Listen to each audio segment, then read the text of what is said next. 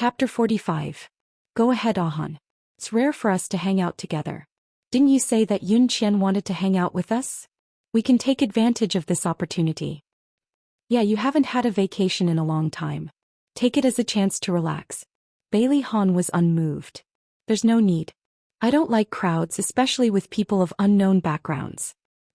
He looked up at her as if he was implying something. Xia Dong was about to explode from anger. Even if he pretended not to know her, it was too much. What do you mean by unknown backgrounds? Bailey Han, you're even more annoying than you were 5 years ago. If she had something to ask of him, she wouldn't tolerate his bad temper. Xia Dong clenched her fists and laughed again.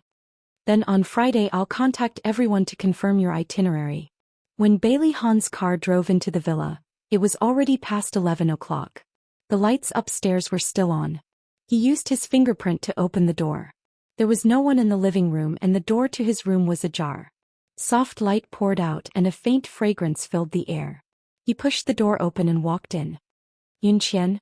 There was no answer. Bailey Han frowned. Perhaps he had guessed wrongly. Yun Qian didn't come over. He turned around to lock the door. Before he could turn around, a soft body hugged him tightly from behind. He could clearly feel her softness rubbing against his back. The place where the two of them were pressed together was hot, and a faint fragrance wafted over, causing his body to stiffen. Yun Qian. His voice was already a little hoarse when he spoke. Han, why are you back so late? I've been waiting for you for a long time. Su Yunqian's soft little hand slowly slid down his chest and unconsciously drew circles on his body. Bailey Han took a deep breath and suddenly turned around. He gazed deeply at her. Why are you here? I missed you. Didn't you miss me? Su Yunqian's delicate and beautiful face had a trace of shyness, and her watery eyes were full of affection as she looked at him. She took a step forward and pressed herself against his body. He instinctively stepped back and pressed his back against the door. Her soft body fell into his embrace and her delicate hand touched his firm chin, following the perfect curve of his jaw. Yun Qian, don't be like this. Bailey Han grabbed her little hand that was lighting the fire. His deep eyes surged with a strange undercurrent. You obviously miss me too. Why don't you admit it? Su Yunqian bit down on his chest as if she was taking revenge. Her moist and sticky little tongue nimbly played with him. Click. The switch was turned off. In the darkness, vision was greatly limited, but other senses were magnified several times. Bailey Han could even hear her heartbeat. She rubbed against the spot where the two of them were pressed together like a snake. His breathing became more and more rapid and his eyes flashed with a dangerous light. He suddenly turned over and pressed her against the door. He covered her mouth with a punishing kiss, trapping her in a small space without leaving a trace of space. When the passion was burning fiercely, his brain was like a string that was stretched taut, and that string broke just as he was about to release it. His mind was blank. A great emptiness surged in like a tide. He pushed her away forcefully and the forceful movement caused her to hit the door. He heard her stifled sobs. I'm sorry, Yun Qian. I didn't mean to. He quickly turned on the light and checked her injuries. Su Yunqian hugged her shoulders and squatted on the ground. She was barefooted, her hair was messy, and the bathrobe on her was torn open, revealing her body. She sobbed softly like an injured little animal. She was completely different from the elegant goddess she usually was. I'm sorry. He hugged her tenderly and stroked her soft hair to comfort her. Why not? Why can't you do it? Do you not love me anymore? Did you fall in love with someone else? Su Yunqian shook him like a crazy person and a series of questions blurted out. Don't be silly. The only person I love is you. Bailey Han carefully patted her back to comfort her and his voice was gentle. Then why don't you want me?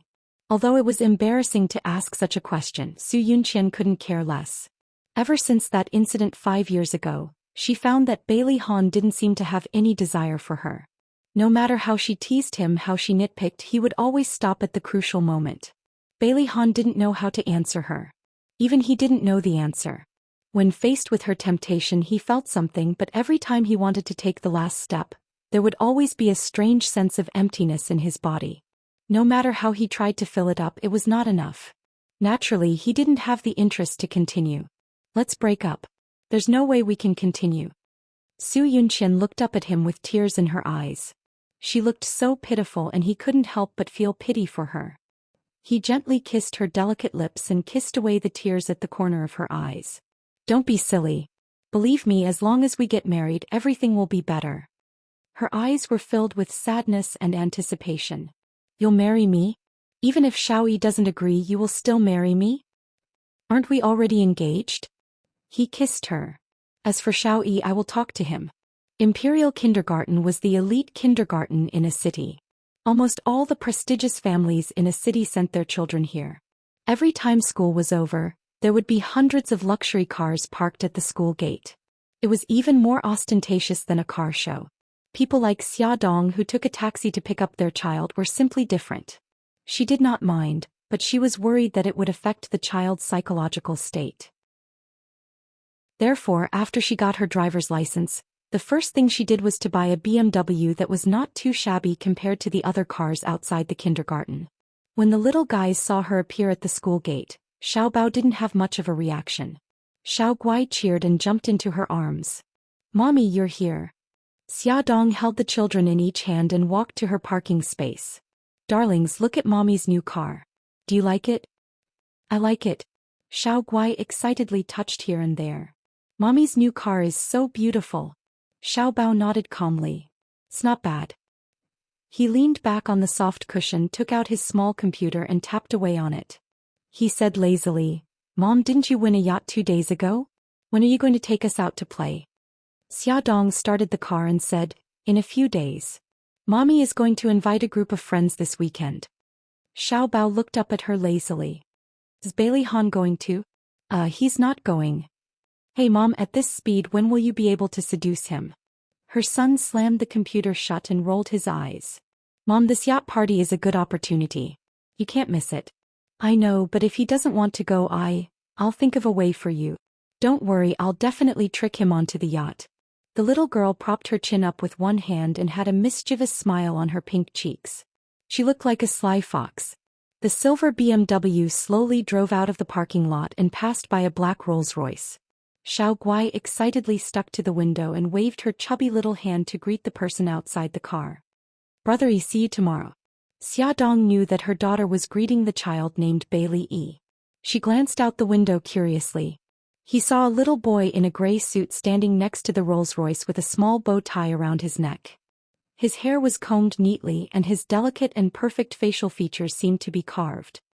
His small body was not tall, but he stood upright, and his whole body exuded an innate noble and domineering aura.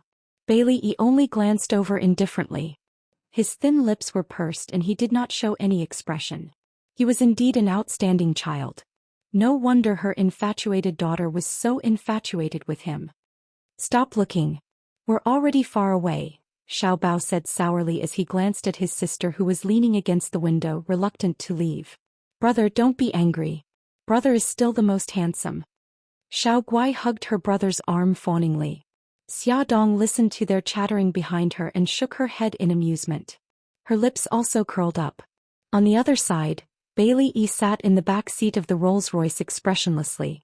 Even in the car, his posture was as straight as a pine tree. With one look, one could tell that he was a well-educated child with strong self-control. The chauffeur said, Little master, today is the 15th. Young master wants to go back to the old mansion to visit old madam and old master, so he instructed me to bring you to the old mansion. On his small face, his thin lips were slightly pursed as he replied with a num. Then he seemed to have thought of something and frowned. Is that woman going too? Yes. His pink lips were pursed even tighter. A hint of disgust appeared in his sparkling gem-like eyes. He hated that woman. He hated the smell of her perfume. He hated her masked smile. He did not want her to be his mother. The Rolls-Royce sped along the road. After driving for a long time, it turned into a tree-lined avenue. After driving for nearly 10 minutes, a tall iron gate and a tall wall appeared in front of them. The carved iron gate opened automatically. As they walked further in, a tall castle-like villa gradually appeared in front of them. 2 rows of servants stood neatly at the entrance of the villa and bowed their heads respectfully. Little master, welcome home. Bailey Yi nodded indifferently. But baby is back. Just as he walked to the entrance, old Madame Bailey happily welcomed him. She bent down and pinched his little cheeks. Baby E, you haven't come back to see great-grandma in a long time. Did you miss great-grandma?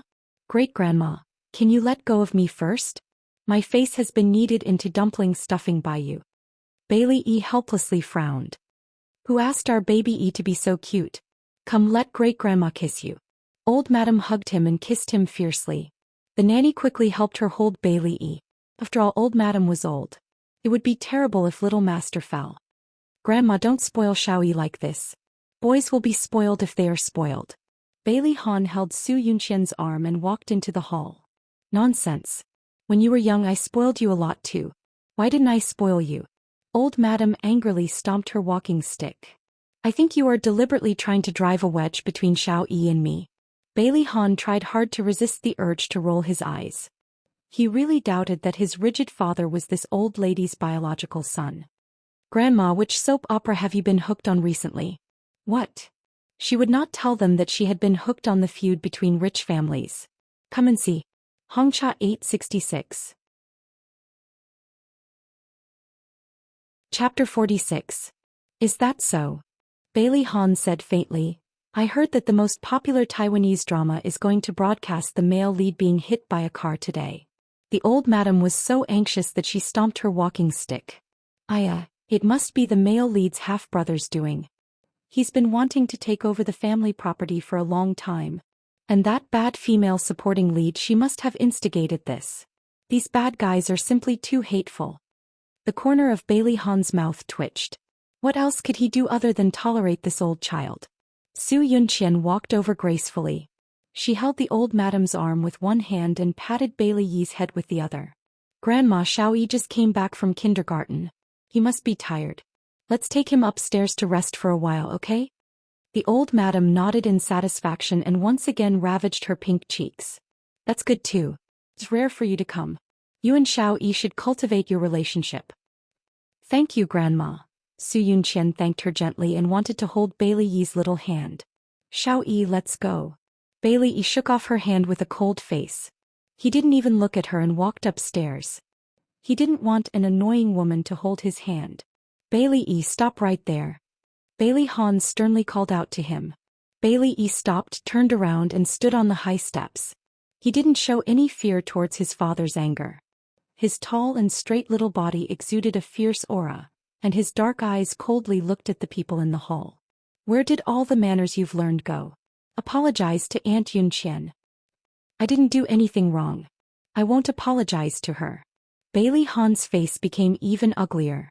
He knew that his son didn't like Su Yunqian. No, to be exact, he didn't like any woman getting close to him.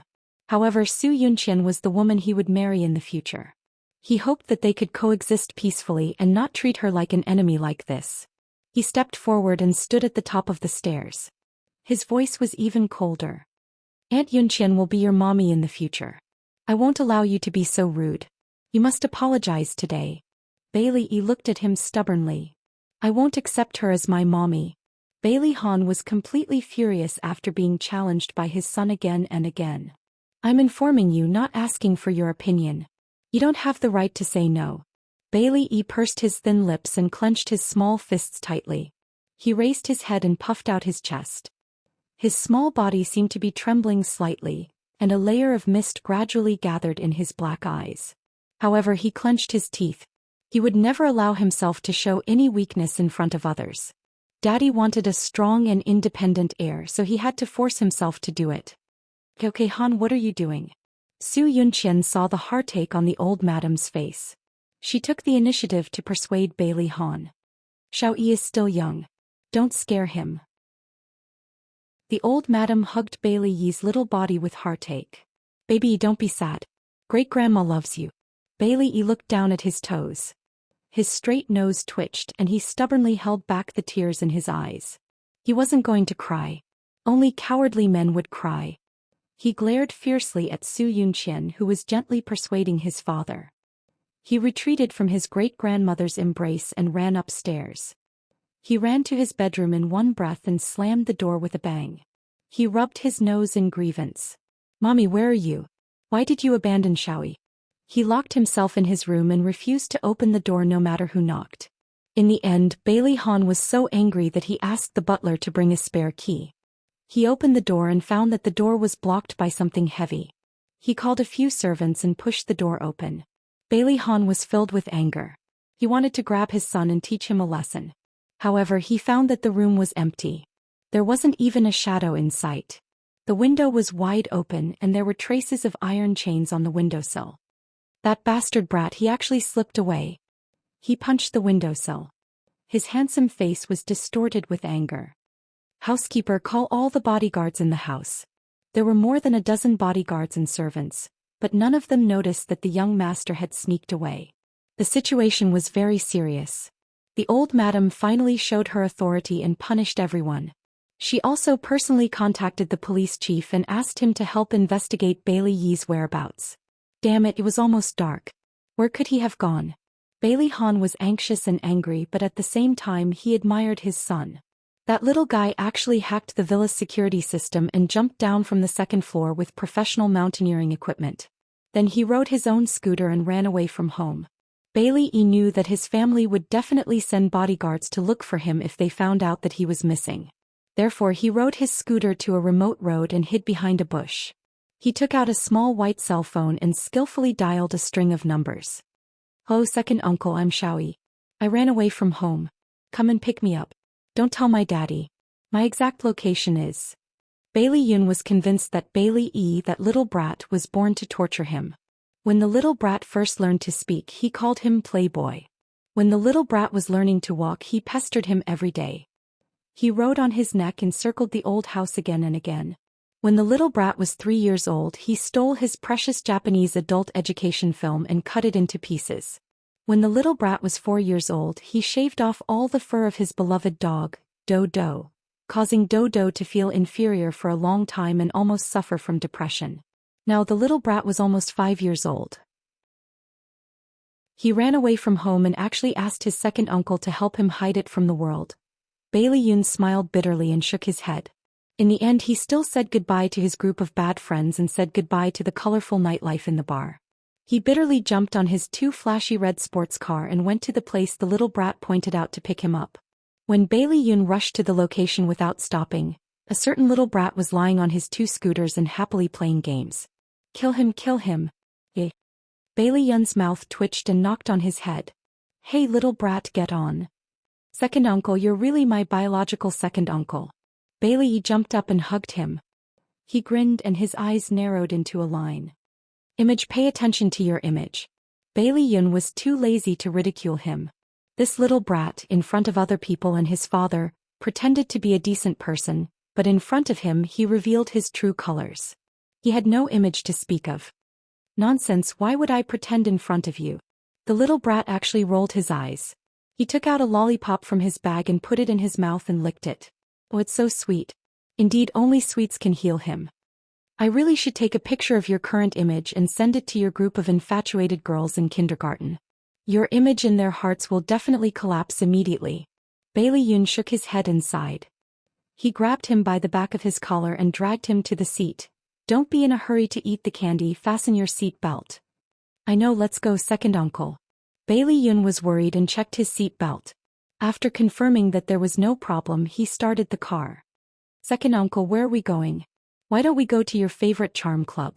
The little brat's eyes flashed with a different kind of light. Bailey Yun slapped him on the head.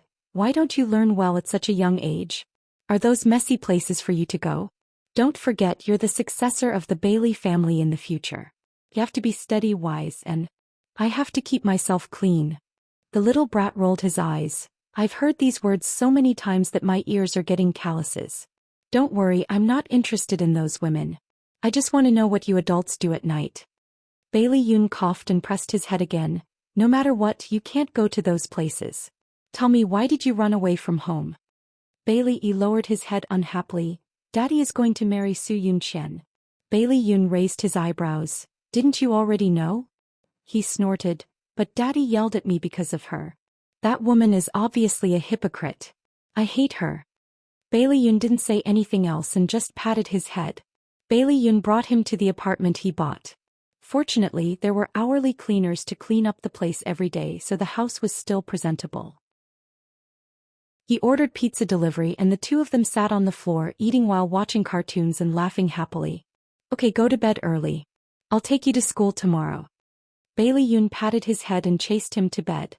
Back in his bedroom, Bailey Yoon dialed a string of numbers. Brother Xiao-yi is with me.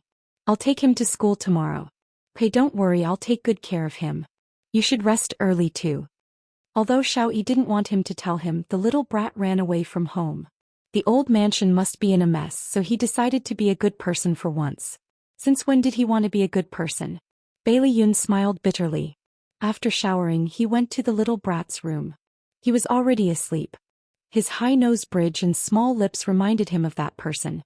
On the other side, after Bailey Han hung up the phone, he stood in front of the huge floor-to-ceiling window and looked at the night sky outside. His anxious heart finally calmed down. Su Yunqian hugged him from behind and said softly, "Since Xiao-yi is with Ayun, you don't have to worry." Bailey Han held her hand.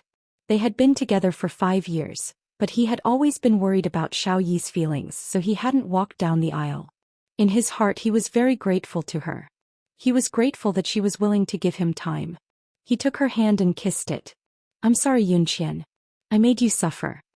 She threw herself into his arms and said softly, "Don't think too much. Children need to be coaxed sometimes. Don't push him too hard. Otherwise, if something like today happens again, we'll be the ones worried." He hugged her gently and lowered his head to kiss her lips gently. A red sports car stopped in front of Imperial Kindergarten. The door opened and a little boy in a neat suit jumped out. He stood upright and waved at the handsome man in the driver's seat. "Bye-bye, second uncle." Bailey Yoon waved at him too. "Hurry up and go in. Don't run around after school. Wait for your daddy to pick you up." "Got it. Drive carefully." Bailey E stood where he was and watched the red sports car disappear from his sight. He didn't walk towards the kindergarten. Instead, he walked towards another fork in the road and stopped a taxi. His small face was expressionless. "Uncle, please go to the amusement park." "Kid, why are you going to the amusement park alone?" the driver asked curiously. "Uncle, you just need to drive." There was a hint of impatience on his face. Add Songshu 566. Chapter 47. Although he was young, his body naturally exuded a domineering aura. The driver was slightly stunned and did not dare to ask any more questions. He really drove the car to the entrance of the amusement park. Bailey E took out a banknote and said, "Keep the change." He quickly jumped out of the car. So this was the amusement park. He had never been here before. Every time he saw other children go to the amusement park with their parents, he was silently envious. He also told Daddy that he wanted to go to the amusement park. But Daddy said that that kind of place was not suitable for him because he was different from other children. He was the future successor of the Bailey group. He had to be strong and independent and could not play such childish games. "I want to ride the roller coaster." "Little boy, you can't ride the roller coaster alone without your parents." "I want to ride this." "Little boy, where are your parents?" Bailey E was very depressed. What's wrong with being a child? What's wrong with not being accompanied by parents? They actually did not let him play. This was too much. The young master was angry, very angry. He puffed up his cheeks and reluctantly took one last look at the roller coaster. He stomped his feet and carried his small school bag all the way out of the amusement park. When he got home tonight, he was going to write a plan. He was going to buy this amusement park. Translator. Nyobo Studio Editor. Nyobo Studio. If he could not play, he would go to see the animal parts. The young master twisted and turned as he carried his small backpack. After twisting through the streets, he followed the GPS and found the zoo. Next to the zoo was the side entrance of a famous university. There was a group of strange people surrounding the entrance. He decisively withdrew his gaze. He hated schools the most. The young master who skipped class walked into the zoo awkwardly. Although it was the largest zoo in the country, there were not many people in the zoo on weekdays. Bailey easily reached the front of the tiger park. Through the glass window, 2 newborn cubs lay quietly in their mother's arms. Sometimes they stretched out their paws to naughtily scratch the tigress's nose, rubbed her head, or ran and jumped around the tigress with their tails up. The tigress looked at her babies tenderly. Sometimes she stretched out her pink tongue to lick their cheeks. Sometimes she adjusted her lying position to make her babies feel more comfortable. The young master lay in front of the glass window. His clear eyes couldn't help but reveal a hint of admiration when he caught a glimpse of the tigress lovingly rubbing against the cheeks of the little tiger. Xiaodong took 2 pictures of the tiger and put her phone into her handbag with satisfaction. She planned to show it to Bao Bao and Gigai in the evening. Glamour magazine held a marketing event at the university next to the zoo. The event went smoothly and she had time to come to the zoo to have a look. If the children liked it, she planned to take them to the zoo on the weekend. When she turned around, she saw a little boy beside her, staring at the tiger intently. There were no adults around. Could it be that some family's child had gone missing? Bailey keenly sensed that someone was looking at him. It was as if someone had caught his pigtail. He felt guilty and wanted to hide his gaffe. He quickly pulled his face away from the glass window and stood there stiffly. After a brief moment of guilt, he turned to face her, his lips tightly pursed as he scrutinized her. This child looked very familiar. Xiaodong narrowed her eyes. She remembered. Wasn't this the little handsome boy Bailey whom her daughter had waved goodbye to yesterday? Why was he here? Xiaodong walked towards him. Bailey watched her walk towards him quietly. His eyes were guarded and curious. She walked in front of him, squatted down and asked gently, "Little friend, are you lost?" "I'm not a little friend." Bailey lifted his chin and declared arrogantly. He really resembled her little old man. Xiaodong smiled knowingly. "Are you lost?" "I never get lost." He frowned. Her question was undoubtedly an insult to him. "Do you need me to take you to mommy?" Although she didn't know why he would appear here during class, she still kindly suggested it. Seeing that she didn't take his words seriously, the young master was in a bad mood. He emphasized again, "I'm not lost." "I believe you're not lost, but it's very dangerous outside. Do you need me to help you contact your mommy?" Xiaodong simply didn't want him to get hurt, but her unintentional words touched his sore spot. He suddenly said, "Don't say any more, do you hear me?" It was an order. Bailey Yi's sudden anger surprised her, but she quickly understood. She was almost fooled by his harmless appearance and almost forgot that he had splashed Gigai with coke. He was still very strong and had a lot of patience. He wasn't an ordinary child. She shrugged and remained in a half-squatting position. "Alright, I won't say any more. However, your family might be worried." Bailey pursed his lips and didn't answer her. He walked past her and stood in front of the glass window. His gaze was fixed on the tigress who was playing with the little tiger inside. Xiaodong shouldn't care about him anymore, but his small back seemed a little lonely. His gaze was also a little lonely. She really couldn't understand why a child who was supposed to be innocent and lively would have such a gaze. Her heart softened and she walked to his side. "Do you like them a lot?" "They're so young." He didn't answer her question. "Because they were just born. Their mother is so good to them." There was a hint of envy in her tone. "This is the nature of animals. It's the same for humans." He pursed his lips in disdain. "Not all humans are like this." As he refuted her, there was a faint sadness in his clear eyes. Xiaodong was sharp enough to notice the change in his emotions. When she connected the dots with his sudden anger, she understood what was going on. She instantly felt pity for him. She tried her best to soothe his sorrow. "That's because they had their own reasons for doing so. You adults always attribute things that can't be done to having no choice." His voice was filled with anger. It was so sharp that it wanted to tear apart everyone's pretense. Xiaodong's heart skipped a beat. The memories buried deep in her heart had been ruthlessly dug up. She almost didn't dare to look into his sharp eyes. She clenched her fists and said slowly, "You're right. There are always times when adults make mistakes. There are always times when they are weak. They use the excuse that they have no choice, but in reality they just want to reduce the guilt in their hearts." His gaze was like a torch that penetrated deep into her heart. "Are you like this too?" Although her heart was bleeding, she still chose to speak the truth. "Yes, I've made mistakes before. I've been weak before." "Then do you regret it?" She said word by word, "All the time." He stared into her eyes. "What if you were given a chance to choose again?" Her face turned pale. Even if she was given a chance to choose again, she would still choose that path because she didn't have the ability to protect the person she loved. He could tell her choice from her silence. His thin lips curled into a cynical smile. "Cheap regret." "No, it's not." "What a joke." She was actually being mocked by a child who had exposed her bloody scar. His face returned to its cold expression. He didn't look at her again and turned to leave. Xiaodong stood there in a daze. If it wasn't for Bailey Yi's words, she really thought that she had forgotten about that incident. She had forgotten that she was lying in the delivery room and the child who was forcefully taken away. She didn't know when, but tears had covered her eyes. Bailey Han had just finished a meeting when he received a call from his son's form teacher saying that the child didn't come to school. According to Bailey Yun's feedback, he had sent the child to school on time in the morning. There was only one possibility, and that was that his son had skipped class. Running away from home and skipping class were all very serious crimes in his eyes. Thus, after Bailey Yi was dragged back from the beach by the butler, what awaited him was a storm. Kneel down. When he walked into the living room, he saw his father sitting on the sofa and coldly ordering him.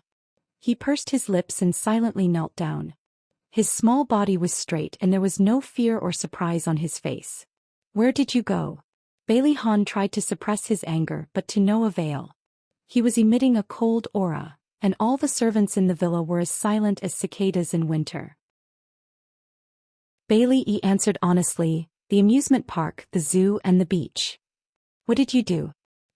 He tried to convince himself that he couldn't be like his father and act arbitrarily. He had to give his son the right to refute. He even believed that he actually had something important to do. Oh, damn it. A 4-year-old child skipping class. What kind of damned business could he have? "I went to the amusement park to play because I wanted to see what other children were playing. I went to the zoo because I liked animals. I went to the beach because I had nowhere else to go."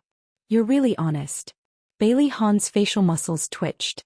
He felt that his son was simply testing his patience. "What else do you want to say?" Her fair and tender face was still calm. "No more. Do you know what you did wrong?" "I know. I shouldn't have run away from home. I shouldn't have skipped class. If you do something wrong, you have to accept the punishment. You're not allowed to eat dinner tonight. You have to copy the family rules 50 times before you can go to bed." "Okay. If there's a next time, I'll send you to an aristocratic school in England." Bailey Han looked at his son kneeling in the living room. On the surface, he looked serious and obedient, but from his rebellious eyes, he knew that he was not convinced. She immediately felt a sense of helplessness. How could such an obedient child suddenly rebel? "Understood. Get up." After teaching his son a lesson, Bailey Han called all the servants. "Tonight, no one is allowed to send food to the young master. Also, no one is allowed to tell the old madam about the young master's punishment. If the old madam of the old mansion knew that his son was punished, she would definitely intervene. Then his painstaking efforts to teach his son would go down the drain." At around 10 o'clock in the evening, Bailey Han finished dealing with the official business he brought back from the company. He called the butler. "How many times does the young master have to copy the family rules?" 50 times." Bailey Han's face immediately darkened. How long had it been? Why hadn't he started copying? Did he not take his words seriously? Seeing that he was angry, the butler hurriedly handed him a document. "Young master, don't be angry. Although the young master hasn't copied the family rules, he has written a proposal for you." Opening the proposal, Bailey Han's pupils suddenly shrank. He quickly skimmed through the 10-page proposal. His heart suddenly accelerated. Shock, surprise, and some complex feelings exploded in an instant, causing his hands to tremble slightly. This was written by the young master himself? Yes, young master. Beauty novel Songshu 566.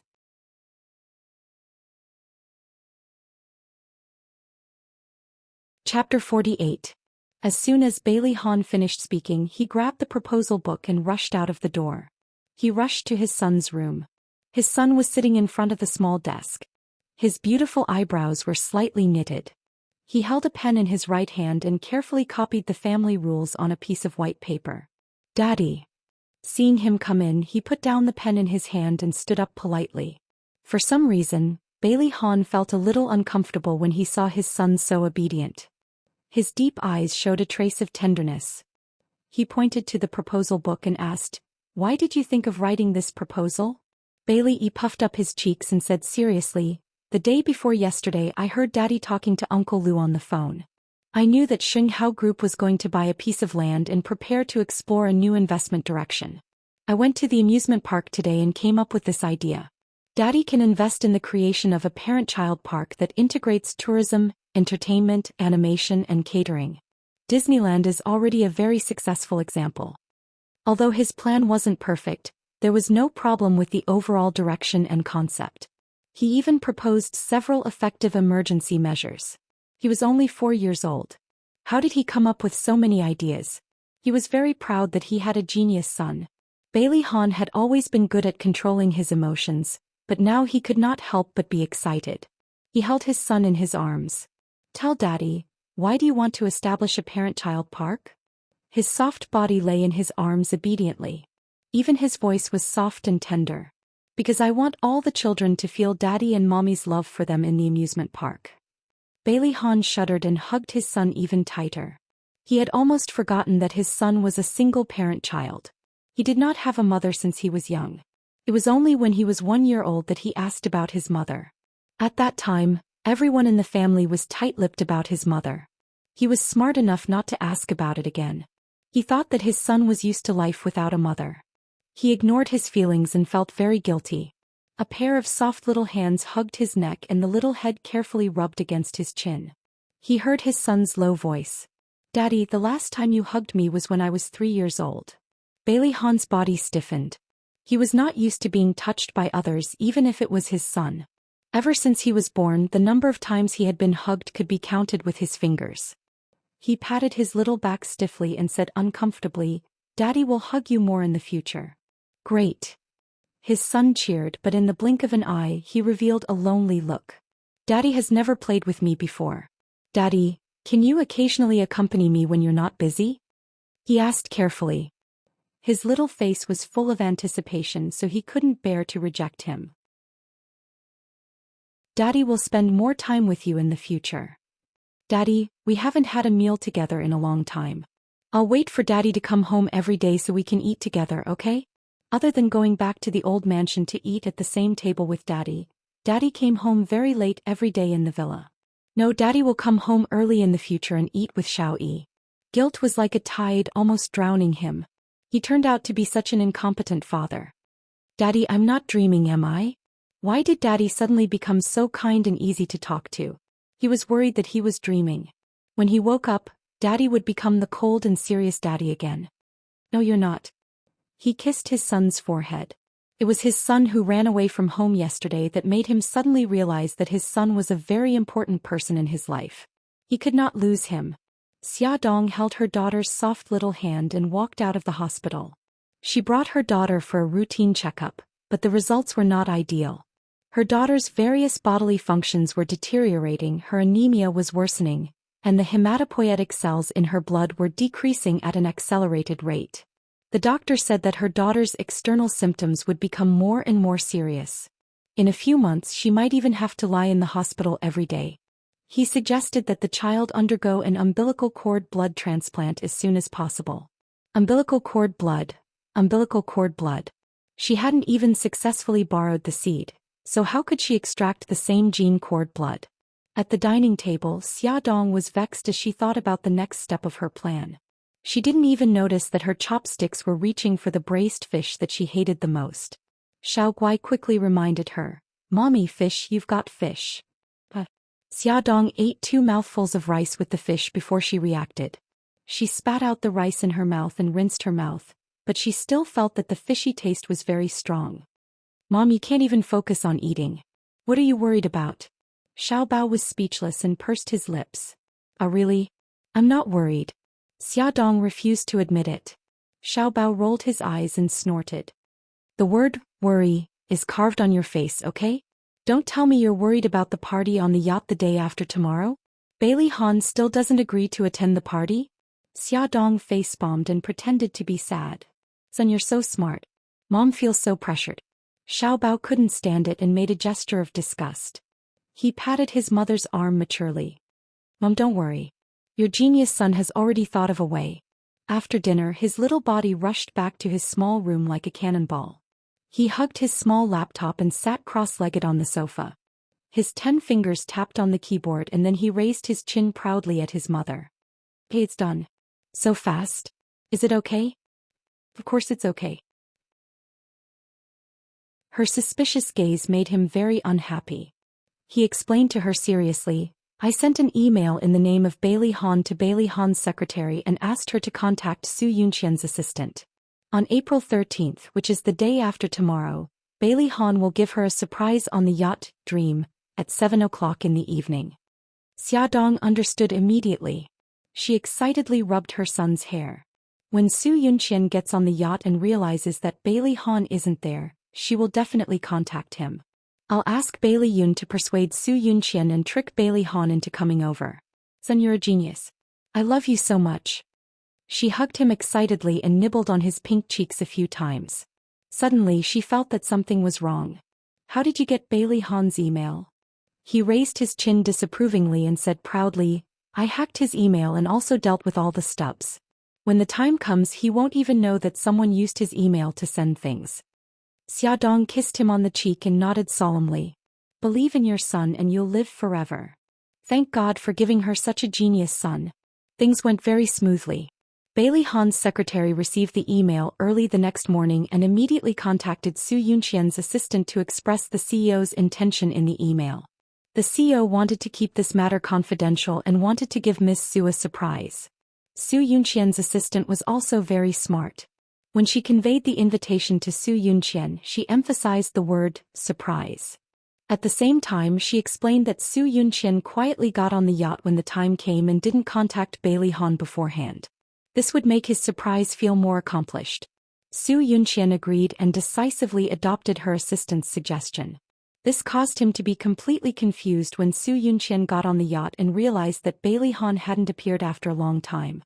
She called him to confirm. But he still replied, "Yunqian, stay on the yacht and wait for me. I'll be there soon." Bailey Han rushed to the yacht Dream, and called Xiao Yi to tell him that he had no choice but to return late. Xiao Yi was very disappointed but he didn't complain at all. Gigai just said to him, "Be careful on the road." Bailey Han was also very helpless. He just wanted to deepen his relationship with his son, but this kind of thing happened. However, the whole thing was very strange. He couldn't let Yunqian stay on the yacht alone. He was afraid that she would be in danger. He had to find out who was behind this. Dream was anchored in the shallow water bay. The yacht was brightly lit and radiant. Everything on Dream seemed more luxurious and beautiful against the calm waves and the night view of the cities on both sides of the river. Elegant violin music flowed slowly under the night sky. The aroma of red wine floated in the air. Dazzling beauties and gentlemen danced on the deck to the music. Su Yunqian was wearing a white low-cut evening gown that reached her ankles. Her beautiful black hair was combed into an elegant bun with a diamond-inlaid hairpin, revealing a large area of white and delicate skin on her back. She sat elegantly at the table next to the railing. Even in the corner, her noble temperament was still dazzling. Xiaodong, on the other hand, was sitting right across from her. She smiled elegantly. "Miss Xia, I didn't expect that we would meet again under such circumstances." Xiaodong returned the same smile. "I didn't expect it either. I have to thank Mr. Bailey and Miss Su for attending this banquet."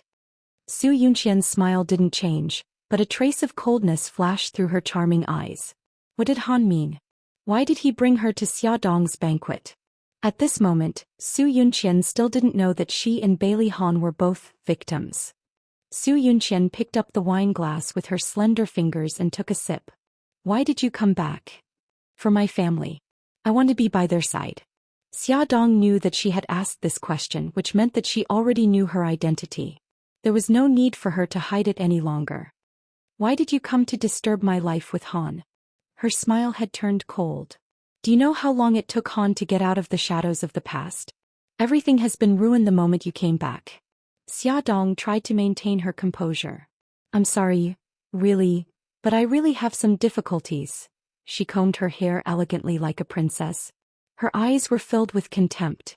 "Actually, I can understand the mentality of a lowly person like you. You have nothing but a bit of beauty. You dream of marrying into a rich family with your beauty and children, and live the life of a rich wife." Xiaodong couldn't believe that these words came out of her mouth. Whether it was in the media or in her daily life, She always looked like an elegant and noble princess.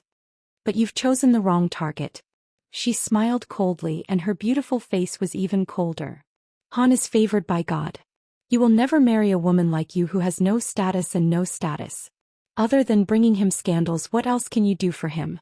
Xia Dong took a deep breath, adjusted her expression and said seriously, Miss Su, I think you've got it wrong.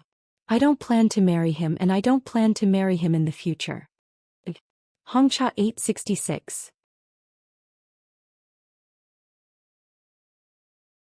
Chapter 49. Then why do you always appear by his side? Don't you want to attract his attention? She wasn't a 3-year-old child and didn't believe her at all. That's because I have my difficulties. What difficulties? It was really difficult to talk about borrowing seats, especially in front of someone who looked down on you. It was even more difficult. However, she was his fiancée. If she could agree and help him persuade Bailey Han, wouldn't things take a turn for the better? Although she knew that it was an extravagant hope, Xia Dong didn't care so much. She slowly said, My daughter has a very serious illness and needs a cord blood transplant. So I want to ask Mr. Bailey to donate sperm to me. After I give birth to the child, I'll use the child's cord blood to save my daughter. Clap clap. Su Yunqian clapped her hands. Miss Ya, I really admire you. How did you come up with such a lame excuse? I think you want to use Han's sperm as an excuse to get pregnant with his child and then marry into a rich family. Xia Dong shook her head and wanted to explain, but a cold and emotionless voice interrupted her. So this is your purpose, Miss Ya. You're so scheming. Tonight's good show was also set up by you for me, right? Oh, it's not like that. Please believe me. If I didn't have to, I wouldn't have come back to disturb you. You don't have to say any more. I won't believe a word you say. Bailey Han considerately put his arm around Su Yunqian's slender waist and looked at her gently. Yunqian, if you still want to stay here, I can accompany you. Su Yunqian looked at him and smiled gently. There's no need. I prefer to spend our time alone. He returned a gentle smile. They only had eyes for each other and didn't look at Xia Dong again. They walked leisurely towards the stairs. Bailey Yun and Xiao Tianxing came back from dancing with their female partners. When they saw that they were about to leave, Bailey Yun smiled and said, Brother, since you're already here, why don't you stay for a while before you leave? How about dancing with my future sister-in-law? The term sister-in-law made Su Yunqian's smile brighten and she snuggled closer to Bailey Han.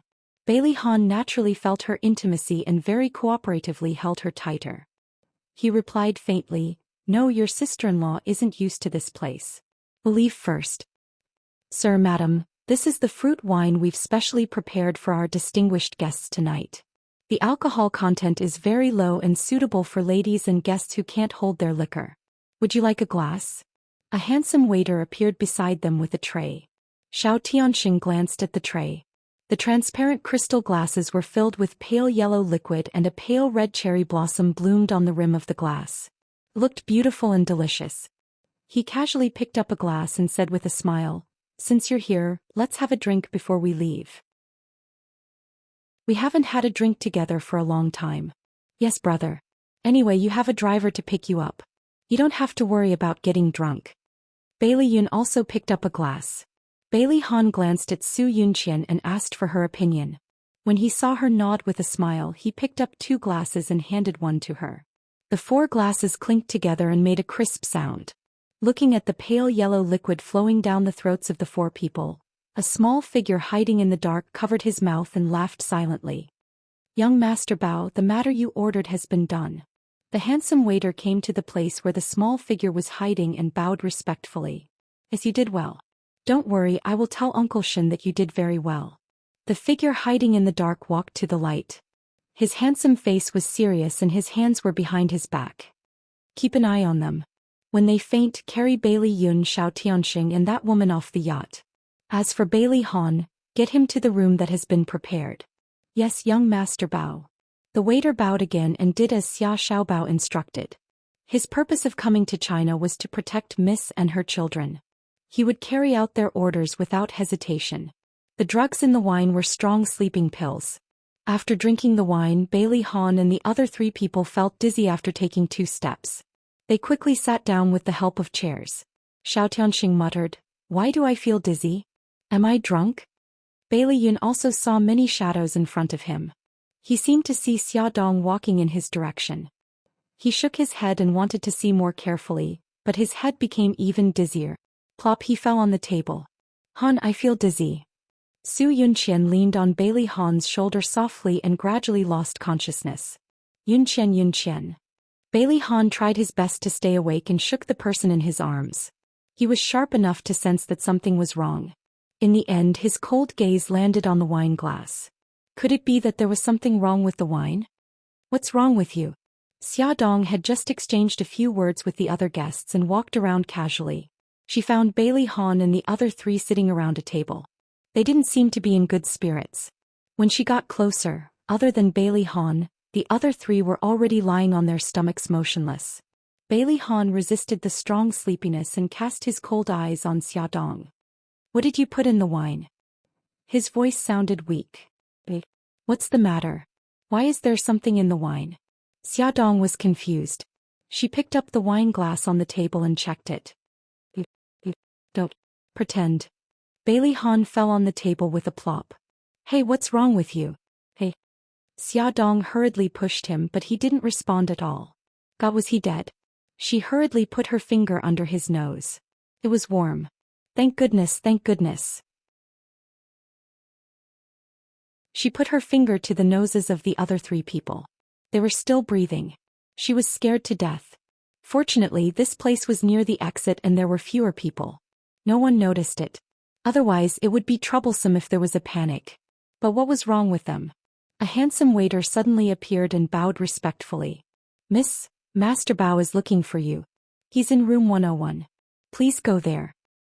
But they're just drunk. Miss, don't worry. I'll send them to their respective cars. Oh. Xiaodong blinked. He still felt that something was wrong. She pointed to the empty wine glass. The wine. That's a cocktail with a high alcohol content.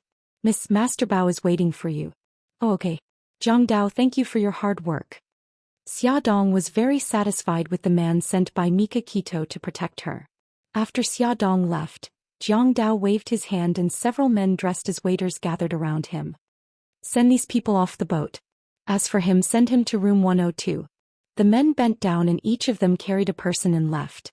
When Xiaodong walked to room 101, her precious son was telling her precious daughter a fairy tale. The two little guys were lying on their stomachs, their little feet bouncing up and down. Her daughter giggled from time to time. Her heart was filled with tenderness. She quietly closed the door and walked behind the two little Bao. She hugged one in each hand and tickled their waist. She deliberately asked in a hoarse voice, "Guess who I am?" Grandmother Wolf. Her daughter smiled and jumped into her arms. Awoo, Grandmother Wolf wants to eat delicious little guai. She deliberately stuck out her tongue to scare her. Brother, save me. Grandmother Wolf is so scary. Gigai, don't be afraid. Brother will protect you. The three of them laughed together and the whole room was filled with a warm atmosphere. The children were tired from playing and leaned into her arms. She pinched Xiao Bao's soft cheeks. Xiao Bao, Jiang Dao said you were looking for me. What's the matter? Xiao Bao looked up at her, his bright eyes flashing with a sly light. Mom, I want to give you a present. You can go to room 102 to accept it now. What's the matter? Why are you being so mysterious? You'll know when you get there. Xiao Bao pushed her. Go quickly. Gigai and I are going to sleep. Hey. Good night, Mommy. Xiao Guai kissed her cheek. What were these two children up to? Why were they being so mysterious?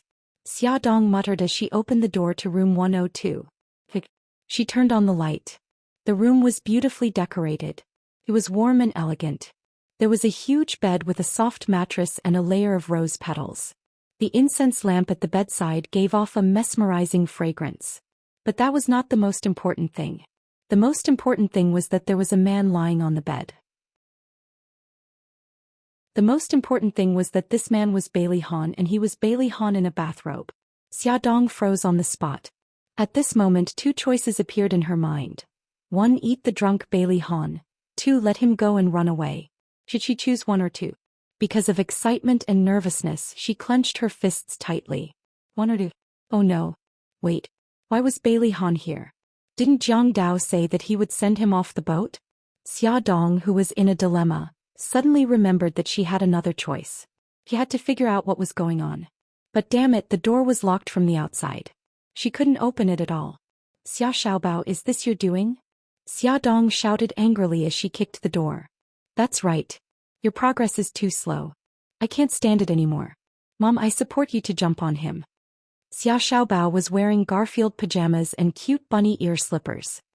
He crossed his arms coolly as he spoke to his flustered and exasperated mother through the door. Xia Dong wanted to explode. Why did she have to have such a genius son? But he was already engaged. If they had sex again, wouldn't it cause him to have an affair? This was also the reason why she had been trying to persuade him to donate his sperm. As if he knew what she was thinking, Xia Xiaobao's arrogant voice sounded again. Mom, don't be so naive to think that he will donate his sperm to you. I heard your conversation just now.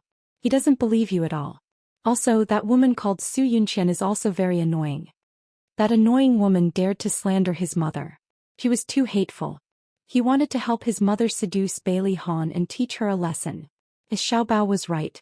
Bailey Han didn't believe her at all. Could she really convince him? How long would it take to convince him? Could Xiao Guai wait until then? Xiaobao's voice continued to tempt her. If you miss this opportunity, you won't get another one.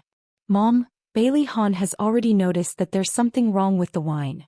If you don't do it now, you won't have another chance when he wakes up. With his personality, when he wakes up tomorrow, he will definitely take revenge.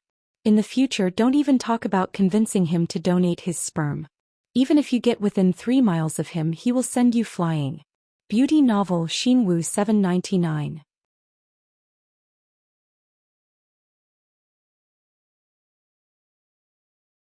Chapter 50. Mom, don't blame your son for not reminding you. Although the strong sleeping pills are powerful, they can only last for an hour. You only have an hour to consider. Oh right, let me remind you again. Half an hour has passed. Xia Dong sighed. Alright, you don't have to say any more. Go back to your room and sleep. There was no more sound outside the door. It seemed that her son had returned to his room. She looked at her watch. Just as she was hesitating, another 10 minutes had passed. She walked to the bed step by step. Under the warm light, his facial features were gentler than usual. His facial features were really good-looking. He had deep eye sockets, a high nose bridge and sexy thin lips. He looked so attractive. But at this moment she didn't feel any pleasure from admiring his beauty. He was in pain. Tears gathered in her eyes. Her hand fell on his face and she rubbed it gently. I'm sorry, I have no choice. In order to save our daughter, let me do it again. She gently undid the belt of his bathrobe, and his strong body entered her line of sight. Memories from 5 years ago suddenly surfaced in her mind, and her face instantly turned red. Although she had even given birth to a child, the heavens could testify that she only had that one experience. She had only seen a man's naked body before. Other than Xiaobao's. Don't worry, I'll be very gentle. She was so embarrassed that she didn't dare to look directly at him. She simply closed her eyes and repeated the experience from 5 years ago. His lips had a faint scent of wine. It was a little hot and a little soft. He kissed him attentively. Her gentleness was like a feather sweeping across his brow and stopping on his forehead. She was nervous and careful as if she was kissing a precious treasure. A hazy feeling came up and she instinctively grabbed the part of him that was screaming for her attention. With just a gentle movement, the person in his sleep seemed to have sensed something. He couldn't help but straighten his beautiful neck and moan as if he was dying. His expression of pain and comfort intertwined chaotically. Yunqian. His voice was hoarse and full of lust. It gave her a shock and she thought that he had woken up. Fortunately, the person below her only cried out once and didn't make another sound. She relaxed again and continued what she was doing. That part of his body became even hotter and harder in her hands. Feeling the pulsating pulse and the eruption of his body, Xia Dong's mind suddenly went blank and his body suddenly stiffened. She suddenly felt a sense of fear. She did not dare to continue. Just as she was about to retreat, he suddenly turned over and flipped her over onto the bed. He couldn't wait to kiss her. He couldn't wait to caress her soft body. His fingers kneaded vigorously. Her full lips moved, making him unable to resist tasting them carefully. Her small tongue that escaped in a panic was also so cute. Her heartbeat almost rushed out of her chest and she was almost lost in this deeper and deeper kiss. His fiery heat pressed against her mysterious fragrant garden, and his attack was imminent. Hiss! The pain made him suddenly wake up. He jerked his body away and covered his bleeding lips. His eyes, which had just regained consciousness, flashed with a brief moment of confusion. Suddenly, it turned into a cold and gloomy light that tightly locked onto the little woman below him. "Woman, I've finally caught you. This is your goal, HM?" His gaze was so scary as if it was going to tear her apart. His voice was as gloomy and dangerous as if it came from hell. His palms pinched her slender neck and he gradually increased his strength. It was as if he used any more strength it would break with a crack. His eyes flashed with a bloodthirsty light and he said word by word, "Tell me, how should I punish you?" It was so uncomfortable. She couldn't make a sound and the air in her throat disappeared bit by bit. She was like a drowning fish, opening her mouth and breathing hard. Her eyes overflowed with tears because of the discomfort and she blinked her eyes pleadingly. He loosened his grip a little. "What else do you want to say?" "Cough, please don't kill me." Her eyelashes were filled with tears and she looked pitiful. However, he wasn't a philanthropist. He didn't want to keep a woman like this who had such evil intentions and would cause more trouble. He increased the strength in his hands again, and she used her hands to grope around the bed. "Ah!" She let out a painful scream. At the same time, her hand grabbed a pillow. She used all her strength and threw the pillow at his head. He was caught off guard and reflexively used his right arm to block it. His other arm was still firmly pressing her down on the bed. She finally sucked in some fresh air and as she sucked in hard she raised her right foot and kicked his head. She had learned some martial arts from Mika Kito and her foster father, and now it came in handy. Good skills. Bailey Han grabbed the pillow and threw it aside. He nimbly jumped off the bed and dodged her heavy blow. His thumb slowly touched his injured lips and his eyes were cold. "If you tell me who ordered you to do this, I might consider letting you go." This woman's skills were swift and deadly. He no longer believed that she simply wanted to seduce him. Perhaps she was a spy sent by his opponent. Xia Dong's brain worked quickly and she quickly came up with an idea. "If I tell you who is behind this, will you really let me go?" "Of course, I, Bailey Han, am a man of my word." He looked proud. He didn't need to play dirty with her. Even if she was lucky enough to escape this time, she wouldn't be able to escape City A. Her serious expression suddenly turned sad, and there were even tears in her eyes. "You're right. They kidnapped my family and threatened me to get close to you. If I didn't complete the mission, they would kill my family." "Who are they?" "The Dark Knight. The godfather of the Italian mafia, Tomac, founded the largest arms organization in the world." Bailey Han raised his eyebrows and sneered. "If you want to frame someone, you have to find a suitable target. Do you think the Dark Knight will send an idiot like you to be a spy?" Xia Dong's face darkened. The next moment, a warm body pressed against her. Bailey Han's low voice sounded like a demon in her ear. "I knew you wouldn't be honest." Xia Dong gritted her teeth and suddenly turned around to hug him. "If I said that what I said to Miss Su on the deck was not a lie, and that I approached you to save my daughter, would you believe me?" The moment she hugged him, his body stiffened. He hated it when others touched him, but at that moment his body didn't hate her. "Do you think I'm a 3-year-old child who will believe your nonsense?" He grabbed her arm and tried to push her away. She hugged him tightly as if she had gone crazy. "Don't, Bailey Han. I beg you, don't be angry anymore. Don't play the I don't know you game with me. Help me. Help me for the last time, okay?" Her soft breasts pressed against his chest, and the beautiful touch made him feel like he had been electrocuted. He gritted his teeth and suppressed the restlessness in his body.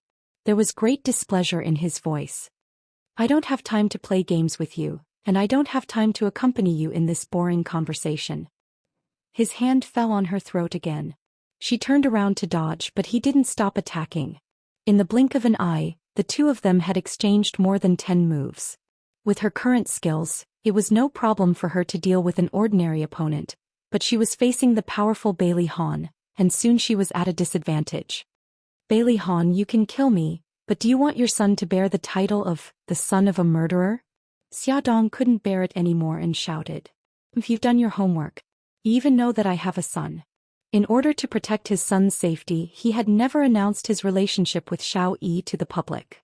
As the future head of the Bailey family, he must accept the dark reality. You're crazy. You're not qualified to be a father at all. Her face turned pale. I regret it so much. Back then what? He pinched her chin. Why don't you continue talking? No, she couldn't say it. She couldn't open up the scars again. She gritted her teeth and glared at him. It's none of your business. Very well, I don't want to continue talking to you. He had lost all his patience. His slender fingers caressed her fragile bones. Her delicate skin was like fine silk, and he actually felt a little regretful. Xiaodong was helpless. She told him the truth, but he didn't believe her. She begged him, but he still didn't want to remember her. She still wanted to save her daughter. She didn't want to die by his hands. She made up her mind. As he exerted force, she tiptoed and kissed his lips. She nibbled on his lips like a madwoman, her hands moving up and down his body without any rhyme or reason. She felt the hand on her throat slowly slide down to her back, even subconsciously caressing it.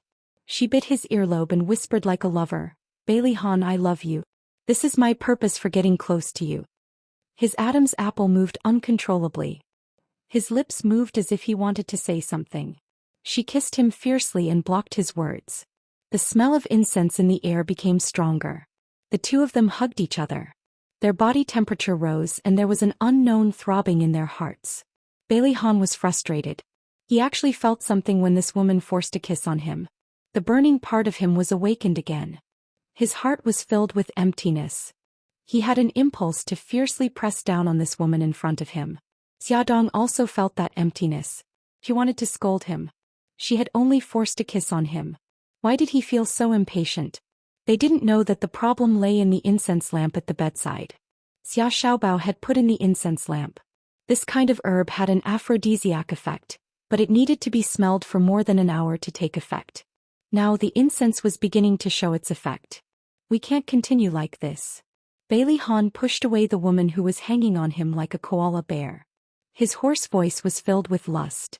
At this time, both of their clothes had been taken off and thrown messily on the ground. Their bodies were also bruised and disheveled. He awkwardly pulled a thin blanket to cover his lower body. He tried to calm down. His body was very uncomfortable and he urgently needed relief. He no longer had the mood to care about Xiaodong. He rushed into the bathroom and took a cold shower. Xiaodong didn't expect that she would have such strong lust. Her whole body felt like it was on fire. She was ashamed and uncomfortable. She trembled as she picked up her clothes and put them on one by one. Listening to the sound of water in the bathroom, his strong body uncontrollably appeared in her mind. God, this is too embarrassing. She hugged her head and buried herself in the blanket. She curled up into a ball and trembled because of the discomfort. Welfare Xinwu 799.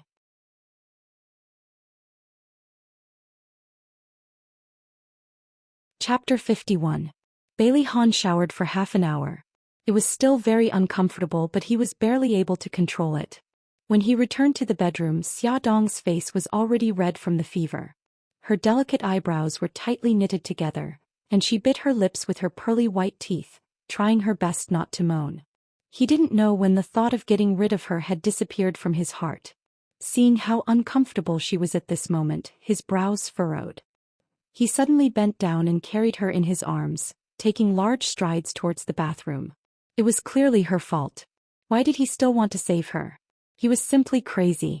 Bailey Han was filled with anger and complicated emotions. He roughly threw her into the bathtub, picked up the shower head and fiercely washed her body. Sob, it's so uncomfortable. She uneasily twisted in the bathtub. Her clothes were drenched and wrapped around her body, revealing her beautiful curves.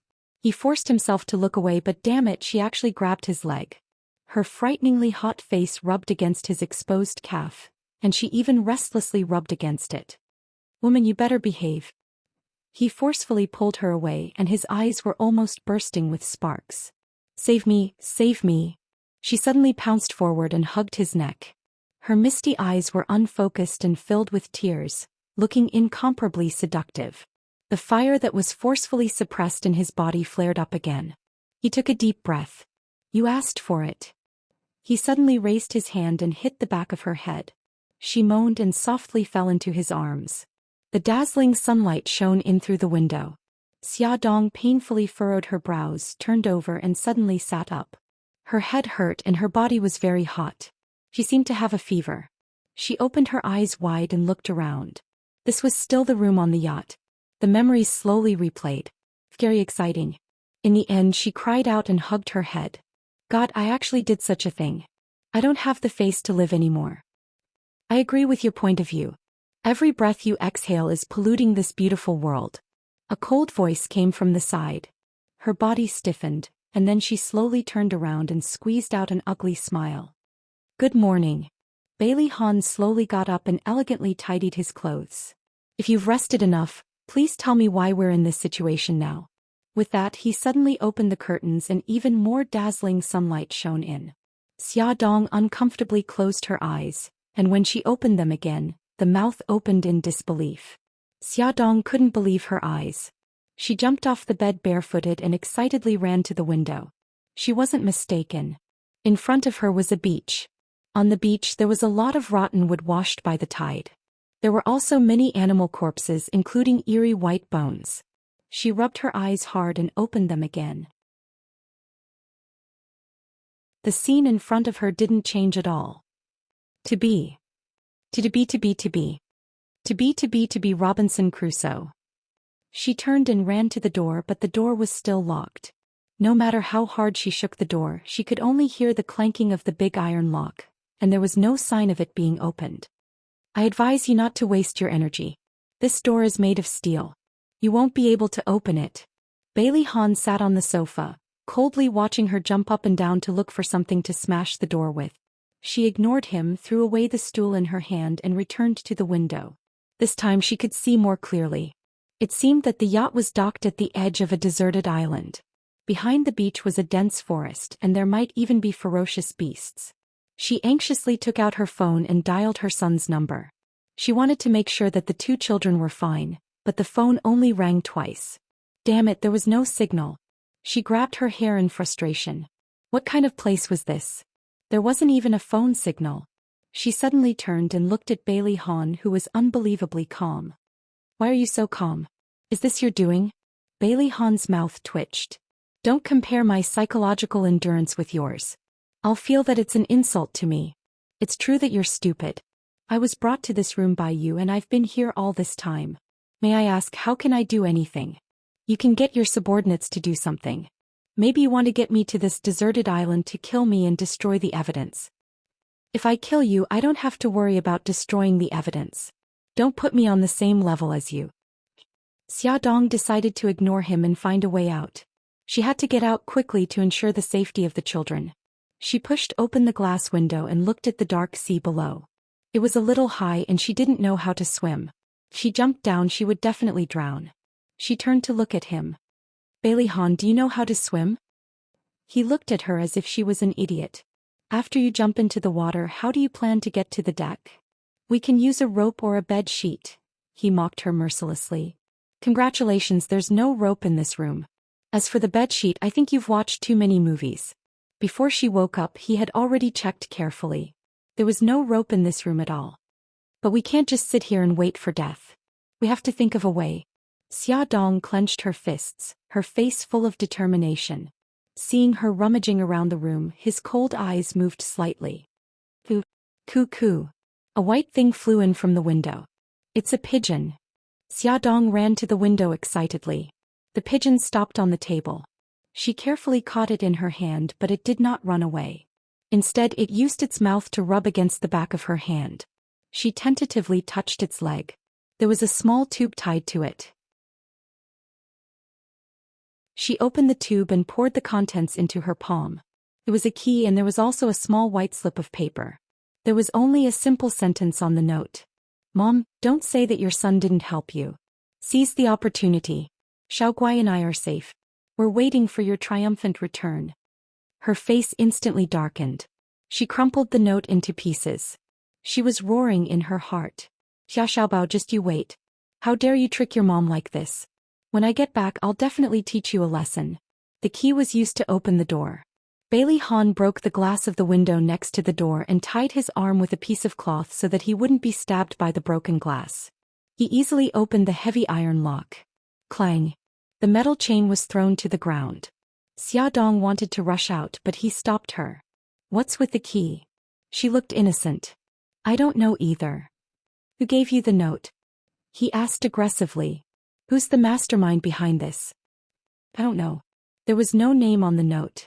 It only said that the key was used to open the door. I'm also a victim. I don't have to lie to you. She looked sincere. If he believed her, he would really be crazy. She said again, the most important thing now is to leave this place. We have to stay together. We can't have internal strife. He glanced at her coldly. I'll go to the steering room. You see if there's anyone else on the boat. There was no one in the steering room. The fuel gauge showed that all the fuel had been used up, which meant that they couldn't start the yacht. He went to the kitchen and the infirmary. There was still food and fruit in the kitchen and some conventional medicine in the infirmary. The situation wasn't too bad. All the rooms are empty. There's only the two of us on the boat. Xiaodong looked around. She was a little out of breath. She didn't look too good and her forehead was covered in cold sweat. The fuel has been used up. We can't leave. Fortunately, there's still food and medicine. I found that the lifeboat is gone too. They probably did it to prevent us from escaping. We have to think of a way to leave as soon as possible. Xiaodong felt very tired. She sat on the chair and held her cheek with one hand. I'm sorry. I feel a little uncomfortable. I'll rest for a while. Bailey Han had already noticed that her face was abnormally red. He bent over and touched her forehead. His hand was covered in sweat. He frowned. You're running a fever. You probably caught a cold. She let out an uncomfortable ugh. His frown deepened. He ordered coldly, lie on the bed. No need. I'll just sit down for a while. Don't make me say it a second time. Xiaodong looked up weakly. His expression was really ugly. All right, she didn't want to make him angry. She got up and walked towards the big bed. After a few steps, she felt dizzy and fell towards the floor. She thought that she would hit her head and bleed, but the pain she imagined didn't happen. She was held by a pair of strong arms around her waist. She heard a deep voice. Idiot. The next moment she felt her body being lifted. She was picked up by Bailey Han and thrown onto the bed. He really threw her. She frowned uncomfortably. Lie down properly. I'll go find some cold medicine. The sound of his footsteps gradually faded away and her heavy eyelids closed. In a daze, someone held the back of her head and fed her a few pills. It was so bitter. She wanted to spit it out, but her mouth was roughly pinched. If you don't want to spontaneously combust, swallow the pills for me, Gigai. Damn it.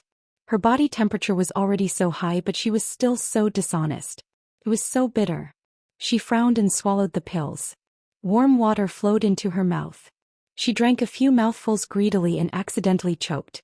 That person gently pulled her ear and muttered, You're already so old, but you still choke on water.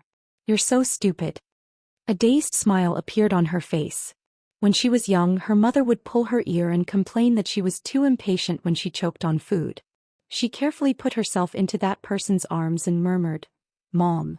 Her soft body lay in his arms. His hand that was holding the glass of water froze. But in the next moment he heard her voice and his face immediately darkened. How was he emitting a motherly glow? How could he let her call him Mom? Massaging his throbbing temples, he put the glass of water on the bedside and pulled the blanket over her.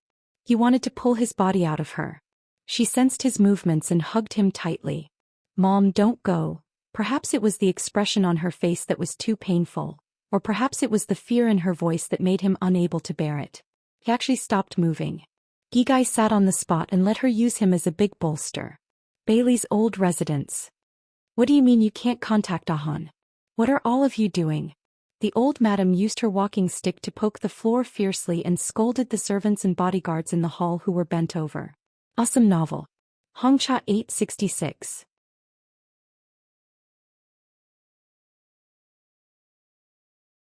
Chapter 52. Mom, don't worry. The police and the Dragon Gang have already sent people to search everywhere. I think there will be news soon. Bailey Xiong comforted the old lady. The Dragon Gang was the secret dark force of the Bailey family and would not be easily mobilized. This time they had sent half of their people, which showed the importance of this matter. Don't worry, how can I not worry? Ahan has been missing for 14 hours now. I can't get through to his phone and no one knows where he went. If he was kidnapped, the kidnappers would have contacted us. No news is the scariest. The old lady's eyes turned red as she spoke. Mom, calm down. Have a cup of ginseng tea. You haven't eaten anything all day. Bai Jinxiu took the ginseng tea from the servant and handed it to her with both hands. No, I can't eat anything right now. The old lady waved her hand and sighed. A small figure walked down the stairs and stood on tiptoe to pick up the ginseng tea, carefully stirring it. Great-grandma, you should eat something. Otherwise, when Daddy comes back and sees that you can't eat because of worry, he will be sad. The old lady touched Bailey Yi's head. Our Xiao-Yi has grown up and is sensible. It's just that Grandma has no appetite and can't eat. Great-grandma, if you don't eat, Xiao-Yi won't eat today either. Bai Jinxiu quickly struck while the iron was hot and brought the ginseng soup to the old lady. Mom, since Xiao-Yi said so, you should eat something. Okay, I'll eat. Xiao-Yi also wants to eat in Gigai. Don't let your daddy come back. If he sees that you have become thinner, he will blame me. The old lady sighed as she drank the ginseng soup. A servant hurriedly ran in. Old madam, Miss Su is here. Let her in. The old lady looked at Su Yunqian and asked anxiously, Yunqian, you're finally here. Ahan is missing. Did he contact you last night? When Su Yunqian woke up in the morning, she was already at home. She only remembered that she drank a glass of wine on the yacht and got drunk. She couldn't remember anything else. She rushed over after receiving Bai Jinxiu's call. She didn't expect that the first thing she heard was that Bailey Han was missing. She quickly calmed down and said slowly, Grandma, Ahan and I received an invitation to a party last night. Party? Whose invitation? Where is it held? Her charming eyes flashed with coldness. It's Miss Xia Dong, the editor-in-chief of Glamour magazine. She invited us to a party on the Dream Yacht. Xia Dong? The old madam's body stiffened and her expression suddenly changed. Her trembling hand knocked over the cup of ginseng soup. With a crash, the ginseng soup spilled on the table and stained her hand. Mom, is your hand okay? Bailey Xiong hurriedly checked her hand. Bai Jinxiu hurriedly asked the servant to bring some ointment for burns. No, I'm fine. The old madam took out a handkerchief to wipe the back of her hand. She waved her hand and asked the nanny to take Bailey Yi away. Xiao-Yi, go upstairs and play for a while. Bailey Yi followed the nanny upstairs and secretly remembered the name, Xia Dong, in his heart. When Su Yunqian said this name just now, everyone's expression changed, especially the great-grandmother who looked terrible. After making sure that her little great-grandson was far away, the old madam said, Yunqian, the Xia Dong you mentioned just now, is it that woman? Su Yunqian nodded. I've already confirmed it. It's her. The old madam angrily stomped the floor with her cane. Why did she come back? Hasn't she hurt Ahan enough? Su Yunqian calmly lowered her eyes to hide the resentment in her eyes. She said softly, recently she's always looking for opportunities to appear by Ahan's side. I think she's regretting it. Regretting it? It's not up to her to regret it now. The old madam angrily slammed the table. As long as I'm alive, she can forget about entering Bailey's house. Bai Jinxiu's expression eased a little. Yunqian, tell me what happened last night. Why didn't Ahan come back with you? Su Yunqian showed a serious expression. I remember that last night, Yun, Tianxing, Ahan and I, the four of us, drank a glass of wine and then we got drunk. When I finally woke up, I was already in my room. I asked the servant and the servant said that the driver sent me home. What did the driver say? The driver said that the waiter on the yacht helped me into the car. A guilty and sad expression appeared on her beautiful face. I thought that Ahan was sent home like me, so I didn't ask. It's not your fault. The old madam comforted her. She called the servant and said, go and contact Yun and Tianxing. Ask them to come to the old mansion to see me. In less than half an hour, Bailey Yun and Xiao Tianxing arrived one after another. The two of them were shocked when they heard that Bailey Han was missing. They recalled what happened last night and it was exactly as Su Yunqian said. They all woke up in their own rooms and it was the chauffeur who sent them home. Xiao Tianxing frowned and analyzed. Now that I think about it, our alcohol tolerance shouldn't be so bad. Someone must have put something in the wine. Su Yunqian looked sad. Why were we all sent back but only Ahan is missing? Where was he taken? Is he in danger? I regret it so much. I shouldn't have let him drink that glass of wine last night. Bailey Xiong calmly analyzed. The yacht is Xia Dong's and the party was held by Xia Dong. Could it be that she also drugged us? Then what's her purpose? Bailey Yun's back began to sweat. A bold idea came to his mind but he quickly rejected it. He didn't believe that Xia Dong would drug the four of them, and he didn't believe that she would kidnap Bailey Han. Bai Jinxiu looked at him mockingly and said meaningfully, "It's very simple." She regretted it. She wanted to lure Ah Han into committing a crime and take the opportunity to enter our family again. No, she's not that kind of person. Bailey Yun almost subconsciously retorted. If that's not the case, then how do you explain Ah Han's disappearance? The reason for Big Brother's disappearance hasn't been found yet. You shouldn't jump to conclusions like this.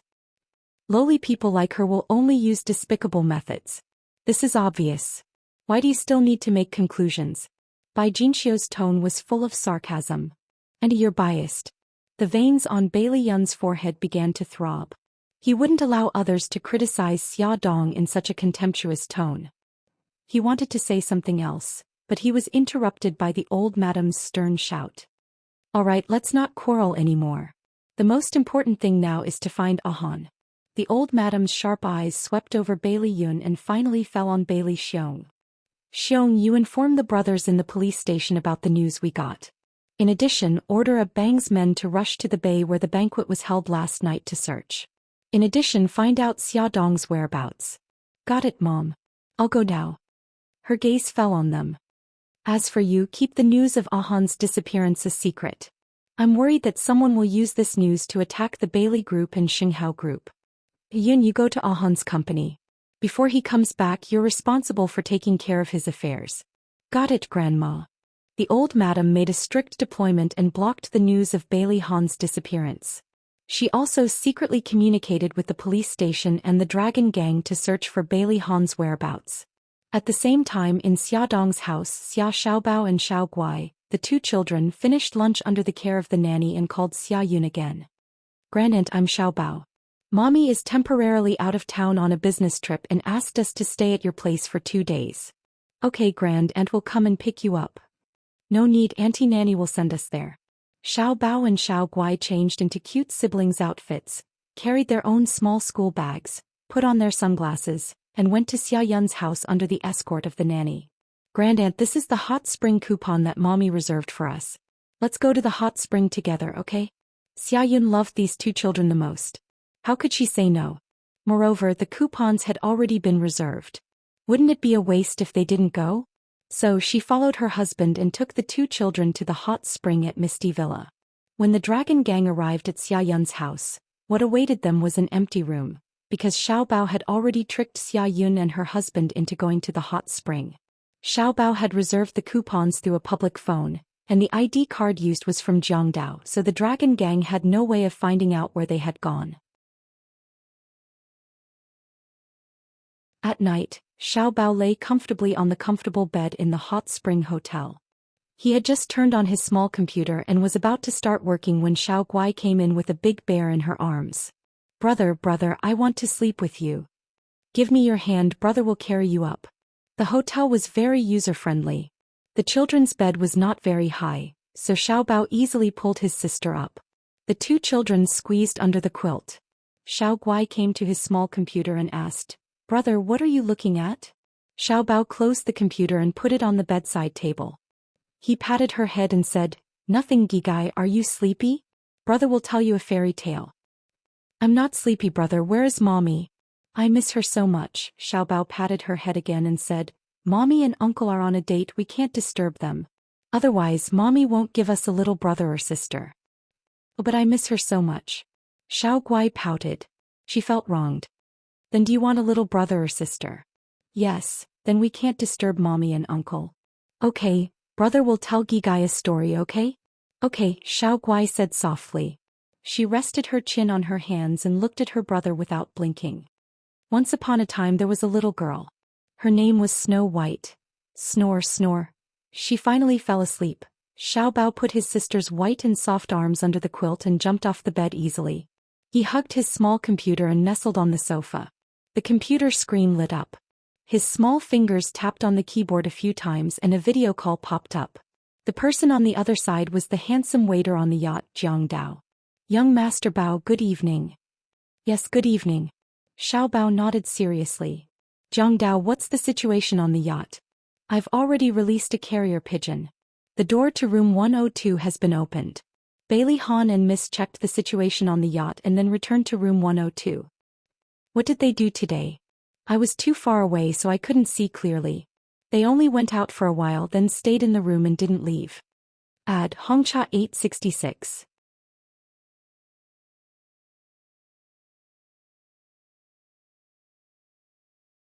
Chapter 53. The young man's heart skipped a beat. Could it be that a man and a woman were in the same room and sparks of love suddenly flew out? Surely he was thinking too much.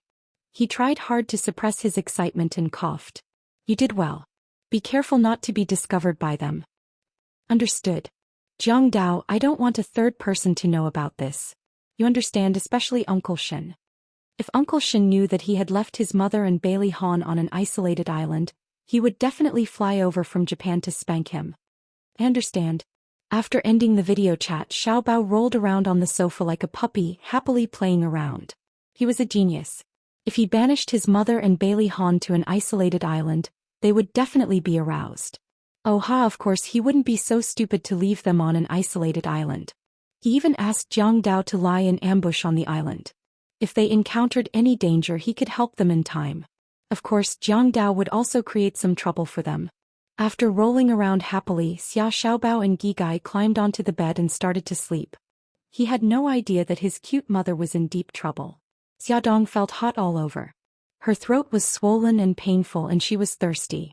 Her voice was hoarse as she called out, "Water."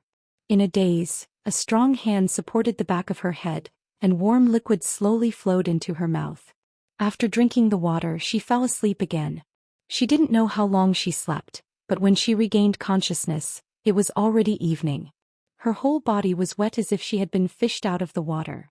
She moved her body uncomfortably and wanted to get up, but a pair of arms firmly restrained her movements. Only then did she realize that she was actually lying in Bailey Han's arms. She looked up and saw the side of his face and chin. The soft light added some delicate lines to his side profile. As if he felt her struggle, he suddenly opened his eyes. Seeing that she had woken up, a look of surprise flashed across his eyes. "You're awake." He was pleasantly surprised as he touched her forehead. Only when he felt that her body temperature had returned to normal did he put his heart back into his chest. His actions were practiced and natural. She didn't say anything and just glared at him. Puzzled, he asked, "What's wrong? Why are we in the same bed? Do you need me to remind you that you're sick and have a fever?" Bailey Han let go of her and got out of bed. "I was kind enough to take care of you, but you blame me." Xia Dong shrunk her neck guiltily. "Fine, I'll take care of you. Why are you squeezing into the same bed as me? As the person who dragged me to bed and refused to let me go, you have no right to say that." Bailey Han's expression was not good. When had a proud son like him ever done something like taking care of a patient? He had stayed up all afternoon, but she did not appreciate it. Well, fine, she really didn't expect that she would be the one to drag him to the bed. She coughed and avoided his gaze, trying to change the topic. "I'm hungry." It would be strange if she wasn't hungry after sleeping for an entire afternoon. "There's food in the kitchen. I'll go prepare it." He put on his clothes elegantly. He was surprised. "You know how to cook?" His gaze was cold. "Do you have a problem with that?" No. Please feel free to cook. Don't hold back." He grunted in satisfaction and left the room. Xia Dong crawled out of the blanket and realized that she was still wearing the evening gown from last night. It was drenched in sweat and stuck to her body. She rummaged around and found 2 sets of men's and women's clothes in a cupboard at the head of the bed. There were even underwear. She was speechless, and at the same time she silently blamed her son in her heart. This little rascal, he had actually prepared everything. He must have planned to betray her long ago.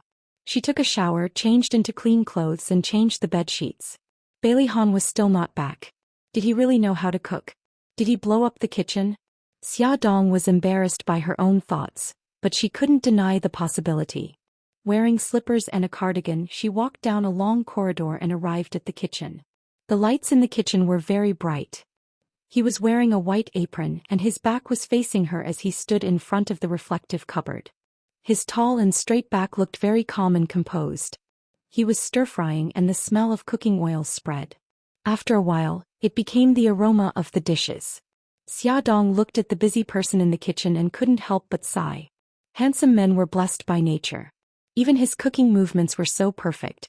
After stir-frying the last dish, he elegantly took off his apron. She quickly went forward to help. I'll prepare the bowls and chopsticks. Broccoli with minced garlic and carrots were the side dishes. The red and green colors were fresh and delicious. The sweet and sour cabbage was sour and appetizing. There was also a dish of stir-fried bitter gourd. The seafood porridge simmered on the gas stove emitted a faint fragrance. It was relatively light and suitable for patients. During the meal, Xiaodong felt touched. This was the first time a man had cooked for her. She slowly stirred the porridge in the bowl and smiled at Bailey Han. I didn't expect you to know how to cook and it's so delicious. I was tired of Western food when I was studying in England, so I tried to cook by myself. Bailey Han replied faintly. I thought you didn't have to do these things yourself. Shouldn't a rich young master like him have groups of servants to serve him? According to the Bailey family's rules, boys will be sent abroad to study after they turn 18. The family will pay for their tuition but they have to take care of themselves. This was the first time Bailey Han mentioned his past to someone else. Then you must have suffered a lot. There was no surprise or sympathy on her face, only seriousness. Bailey Han was stunned and opened his mouth. His heart felt like it was wrapped in a duvet and there was a warm feeling. No one had ever said such words to him. They only saw him in all his glory and brilliance. Clearing his throat, Bailey Han calmed himself down and said arrogantly, "These are all small things. How can they be difficult for me?" She held back her laughter. Yes, young Master Bailey is omnipotent. The atmosphere between the two of them became harmonious. After the meal, Xiaodong volunteered to clean up the battlefield. Bailey Han stood at the door and looked at the busy woman. He actually thought, this kind of life is not bad. Realizing what he was thinking, Bailey Han's face darkened. He walked out of the cabin with a bit of depression and leaned against the railing to look at the night view of the sea. Let's go. We'll rest for a while and eat some fruit. Xiaodong brought over a large crystal fruit plate. Hearing her voice, Bailey Han's agitated heart gradually calmed down. He replied with a faint and reached out to take the fruit plate for her. Then he led her to a room on the second floor. Xiaodong opened the door. It was dark inside. What is this? The lights were turned on. It turned out to be a small home theater. No wonder the door felt unusually heavy when she pushed it open. Turned out that it was soundproof. As the owner, you are not as familiar with this yacht as I am. His voice had a hint of mockery. I can't help it. I won the yacht after all. I really don't know what's inside. She didn't mind being mocked by him at all. This only showed how good she was. Even he was defeated by her. She ran over excitedly and flipped through the DVDs inside. Finally, she found a comedy that she had never seen before. The two of them huddled on the sofa and watched the movie while eating fruit. Xiaodong was attracted by the funny plot and couldn't stop laughing throughout. Poor Bailey Han's ears were poisoned by her high-pitched laughter. He really couldn't understand what was so funny about those lousy plots. After watching the funny movie, it was still early. The two of them watched a horror movie. Xiaodong hugged a pillow and curled up on the sofa. The sound effects of the home theater were very good. The creepy sound lingered in the enclosed space and she had goosebumps all over her body. Suddenly, a hand came out of the darkness and patted her shoulder. Wah wah, she jumped up in fright and stammered, Hee hee Bailey Han, there's a ghost. There's a ghost in your head. Bailey Han knocked her forehead with his big hand and said angrily, It's me. Your guts are smaller than the tip of a needle. You're actually watching a horror movie. Who said that a timid person can't watch horror movies? Who told you to suddenly pat me?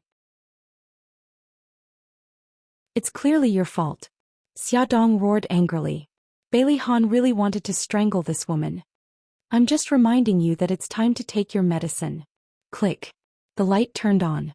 Putting the remote control on the table, Bailey Han picked up the glass of water and the pills on the side. She pouted. I'm already much better. Can I not take my medicine? He looked at her coldly. What do you think? If you can't, then you can't. I'll take it, okay? She muttered as she took the pills. With a heroic expression, she suddenly put the pills into her mouth. She then took 2 big gulps of water and swallowed the pills. She couldn't help but stick out her tongue. It's so bitter, so bitter. Here you go. He handed over a slice of apple. The corner of his mouth twitched. Who could tell him why he walked the path of an old mother? Under Bailey Han's meticulous care, Xiaodong woke up the next morning and recovered from her cold. She stretched lazily and looked into the distance. Her movements suddenly froze. Damn it, she almost forgot about their current situation. They were still on an isolated island. Bailey Han's expression was calm. He knew that his family must have known about his disappearance. They would definitely find a way to find him. However, he wasn't a person who resigned himself to fate. Before his family found him, he had to think of a way to save himself. He raised his chin towards the small island. Today we'll go to the small island over there and see if we can find a way to leave this place. The yacht's own lifeboat had been taken away. They had to use a lifebuoy to reach the small island about 10 meters away from them. Fortunately, the water wasn't very deep. He carried the packed backpack and swam to the deserted island with Xiaodong. When they reached the small island, Xiaodong deliberately distanced herself from the white bones. She scanned the surrounding environment. The forest behind the beach was dark and eerie. She had a very uncomfortable feeling, as if there was a very scary creature living here. Bailey Han also had a bad premonition. This island didn't have the slightest trace of human life. The surroundings were also emitting a damp and rotten smell, which faintly made people feel that it was dangerous. I'll start a fire. You use this to spray a distress signal on the beach. Bailey Han put down his backpack and took out a can of spray paint. Oh, Xiaodong replied. He found a relatively empty beach and began to work with his butt in the air. I'll go to the forest to pick up some dry wood. Don't run around. This dagger is for you to protect yourself. Bailey Han threw her a dagger and said a few more words before walking towards the forest. Welfare Xinwu 799.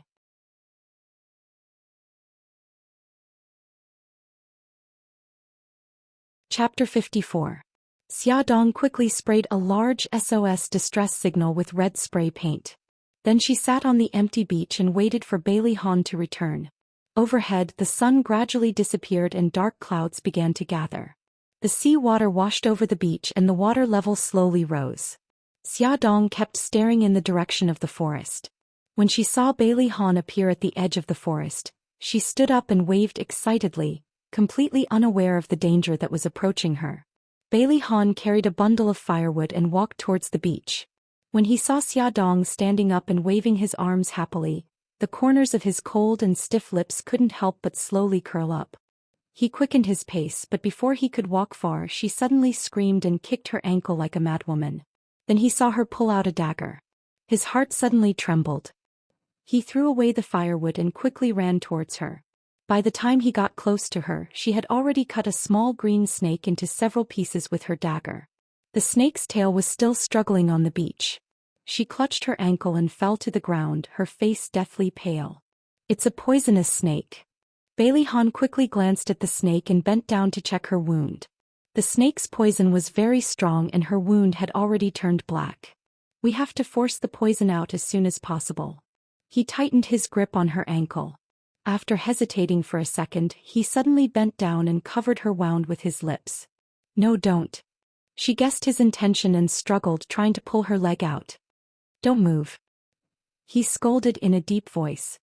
His hands tightly held her ankle and his cold lips covered hers again. He sucked forcefully and she felt the wound tighten. He had already turned his head and spat out a mouthful of black blood. Without any pause, he covered the wound again and sucked the poisoned blood mouthful by mouthful. After doing this more than 10 times, the blood he spat out had already turned bright red. It's done. He took a roll of gauze from his backpack and wrapped it around her ankle. Then he took out a bottle of water and rinsed his mouth. Although her wound still hurt, Xiaodong looked much better. She watched as he took out a bottle of water from his backpack and handed it to her. She asked curiously, "When did you prepare so many things?" "When you're asleep." Before she got up, he had already prepared the things he needed, just in case. As expected of the omnipotent young Master Bailey. You're even more reliable than Doraemon. She tried to please him. He raised his eyebrows and did not say anything. He looked up at the sky and said, "It's going to rain soon. We have to hurry back to the ship. Can you still walk?" "No problem." She did not want to be a burden to him, so she endured the pain and stood up. However, after taking 2 steps, her body began to sway. He supported her and bent down. "Come up." "Ah." She stared at the man who was squatting in front of her in disbelief. "Come up," he emphasized. "That's not good. You support me.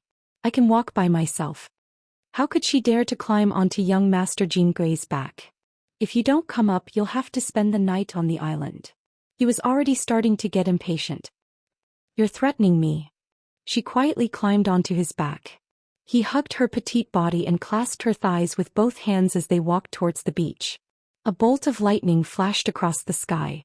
Following that, there was a loud rumble. The entire sky seemed to have leaked as it started to rain heavily. The moment the thunder exploded, she hugged his neck tightly and shivered as she hid behind his broad back. The cold rain poured down and they were quickly drenched. Bailey Han frowned. "The rain is too heavy. We can't get back to the ship." He bent down and picked up the backpack on the ground. He handed it to the person behind him.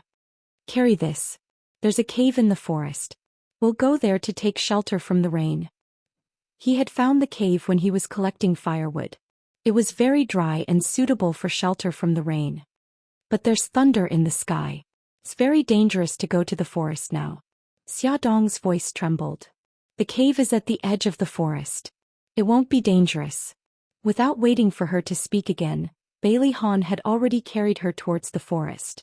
They were about to reach the edge of the forest. It was a low hill covered with fallen leaves and dead branches. It was soft to step on, but Bailey Han didn't dare to let his guard down. The geographical situation here was unknown. The more simple and natural things were, the more dangerous they might be. It was important to be cautious. The rain fell from his hair and blurred his eyes. He had to blink hard before he could see the direction clearly. Hiss! The person on his back suddenly gasped in pain. "What's wrong?" He quickly stopped in his tracks. "A tree branch hooked onto my hair." Xia Dong fumbled with the tree branch in her hair. But the more flustered she was, the tighter her hair was entangled with the tree branch. She tried to raise her head to look in the direction of the tree branch but found something that shocked her even more. "Ah, what's wrong now?" "Snake, snake. There are so many snakes."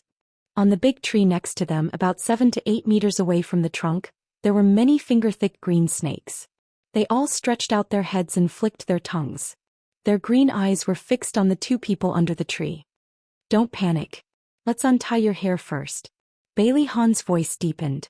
His arms used more strength to support her. She anxiously touched the top of her head and finally found the tree branch that was tangling her hair. She used her strength to break the branch. "Okay, let's go. There are so many snakes on this tree." "Not good, there are already snakes approaching us." Hiss, hiss, hiss, hiss. The snakes on the tree all stuck out their tongues and slithered towards them. A small snake suddenly jumped towards the 2 people under the tree. Bailey Han keenly sensed movement and nimbly dodged it. The small snake landed 2 steps away from his feet. He hugged her tightly. His eagle-like eyes were fixed on the cave in front of them. His handsome face didn't change because of the snake's attack. He just quickened his pace. Another snake pounced over. He quickly dodged and took a step to the side. Suddenly, he felt the withered leaves under his feet slowly sinking. Just as a bad thought flashed through his mind, he quickly said, "Woman, hug the tree next to you. Don't let go." Xiaodong also felt that something was wrong. She hurriedly hugged the tree next to her. The 2 gradually stopped sliding. Before they could breathe a sigh of relief, there was a loud crash and the soil under their feet collapsed. Bailey Han's feet were suddenly suspended in the air. His body fell rapidly. In a flash, he suddenly let go of Xiaodong's hands. Bailey Han. Because Xiaodong was hugging the tree trunk with both hands, she hung on the spot when Bailey Han let go of her. The scene in front of them became even clearer. The place they were standing at earlier had become a large hole more than 2 meters wide, and she was hugging the tree beside the hole. When she moved her feet slightly, rocks and soil would fall into the hole with a pitter-patter. Bailey Han, Bailey Han. Xiaodong looked at the big hole by her feet and called out his name in panic. An unprecedented panic surged in her heart. Bailey Han, are you okay? Don't scare me. I'm fine. A calm voice came out from the hole. Xiaodong could almost imagine the man's cold face. She bit her lip and tried to calm down. Don't worry, I'll find a way to get you out. Can you see how deep the hole is? It was dark inside the hole. The air was humid and there was a rotten smell. Bailey Han leaned against the wall of the hole, his right hand covering the outside of his left calf. He looked up and could only see a small light. He slowly said, "The hole is more than 5 meters deep." 5 meters. Where would she find a rope? Bailey Han's faint voice came again. There are ropes in the yacht's warehouse. However, the tide has risen. You can go back when the tide goes down. How are you down there? Are you hurt? Xiaodong touched the rainwater on her face and asked worriedly. I can still hold on. He avoided another question. Go to the cave to take shelter from the rain first. Wait for me. I'll definitely pull you up. After a few minutes of not hearing a reply, Xiaodong was a little anxious and called out again. Bailey Han, are you okay? After a few seconds of silence, she heard his reply. Give me a dagger. Okay, I'll throw it to you against the wall on the west side. Be careful. Xiaodong threw the dagger down against the wall. Take a rest first. I'll be back soon. Although he said he could hold on, Xiaodong was still very worried. She did not go to the cave to take shelter from the rain. Instead, she braved the rain and dragged her injured leg to look for vines nearby. She planned to connect the vines together and pull him out. At this moment, Bailey Han's situation was not much better. He tore a strip of cloth from his shirt and wrapped it around his left calf. However, the air was still filled with the smell of blood. There was a hissing sound in the cave. Something slid down the wall to his side. He knew what it was. And there was more than one. Just as the dagger was about to fall, a snake flew towards him. He dodged quickly and pulled out the dagger at the same time. With a fierce swing, the poisonous snake was cut in two and fell to the ground. The strong smell of blood filled the air. More hissing sounds could be heard. In the closed and damp cave, it was hair-raising. His malicious eyes stared at the restless creatures in the dark. Through the weak light above his head, he could barely see a shadow pouncing towards him. The dagger danced quickly. The number of snake corpses under his feet increased and the smell of blood in the air became stronger. The wound on his left leg ruptured and more fluid flowed out, but he didn't even frown. His eyes were fixed on his surroundings. Suddenly, a vine as thick as 2 fingers fell from the top of his head. He heard Xiaodong's urgent voice. Bailey Han, do you see the vine? Grab it. Don't worry, my other end is wrapped around the tree. It will definitely be able to bear your weight. He got rid of another snake and whispered, okay. He grabbed the vine with one hand and held the dagger in his left hand to prevent any dangerous creatures from suddenly jumping out. He climbed up step by step. Xiaodong stood beside the tree and waited anxiously. Bailey Han wiped the rainwater off his face and raised his head to look at the entrance of the cave. The light had increased. It was about 2 meters away. He quickened his pace. At this moment he heard a crisp gotcha sound. Damn it, the vine can't hold on anymore. Xiaodong saw a crack appear at the joint between the 2 vines. He did not have time to think. She flew up and grabbed the joint tightly with both hands. She shouted anxiously, Bailey Han, quick, the vine is going to break. Bailey Han's eyes turned cold. He grabbed the vine with both hands and sped up. Hongcha 866.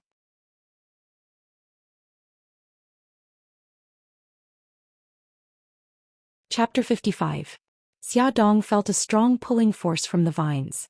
Her legs were hooked onto the tree. Her palms, which had been pulled when she was picking the vines, were burning with pain. She clenched her teeth and held on. She couldn't let go. Once she did, all her efforts would be wasted.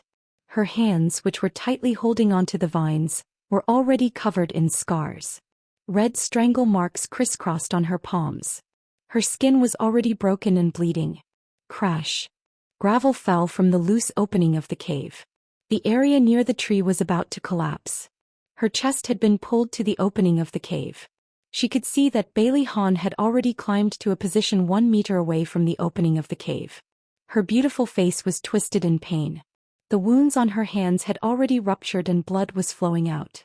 Some of the blood even flowed along the vines and fell onto Bailey Han's face. His eyes darkened. He grabbed the vines with one hand and a piece of soil on the wall with the other, trying to reduce the pulling force on the vines. Finally, he kicked hard and threw himself to the opening of the cave. Xiaodong pulled on his arms. The two of them pulled together and finally returned to a safe place. Your feet, your hands. The two of them spoke at the same time but then froze at the same time. They spoke again at the same time. I'm fine. There was an awkward silence. After a few seconds, Bailey Han said lightly, let's go to the cave first. He reached out to take his backpack but Xiaodong grabbed it first. Let me. Bailey Han's gaze fell on her bloody hands. He silently reached out his hand. Xiaodong couldn't persuade him and handed the backpack to him. The two of them supported each other and walked into the cave. The cave was about 10 square meters in size. It was very dry and the ground was covered with soft withered leaves. Bai Li Han vigilantly scanned the cave.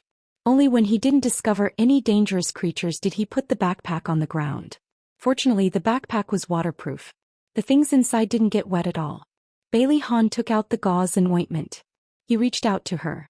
Give me your hand. She reached out her hand to Gigai. He put her hand on his knee and applied the ointment on a cotton swab. He carefully wiped her wound. His eyes were downcast and his expression couldn't be seen. Does it hurt? Xiaodong suddenly felt that this scene was somewhat familiar. 5 years ago when she was injured in Bali, he had also applied medicine for her. In a moment of absent-mindedness, he asked again, does the wound hurt? He came back to her senses. It hurts.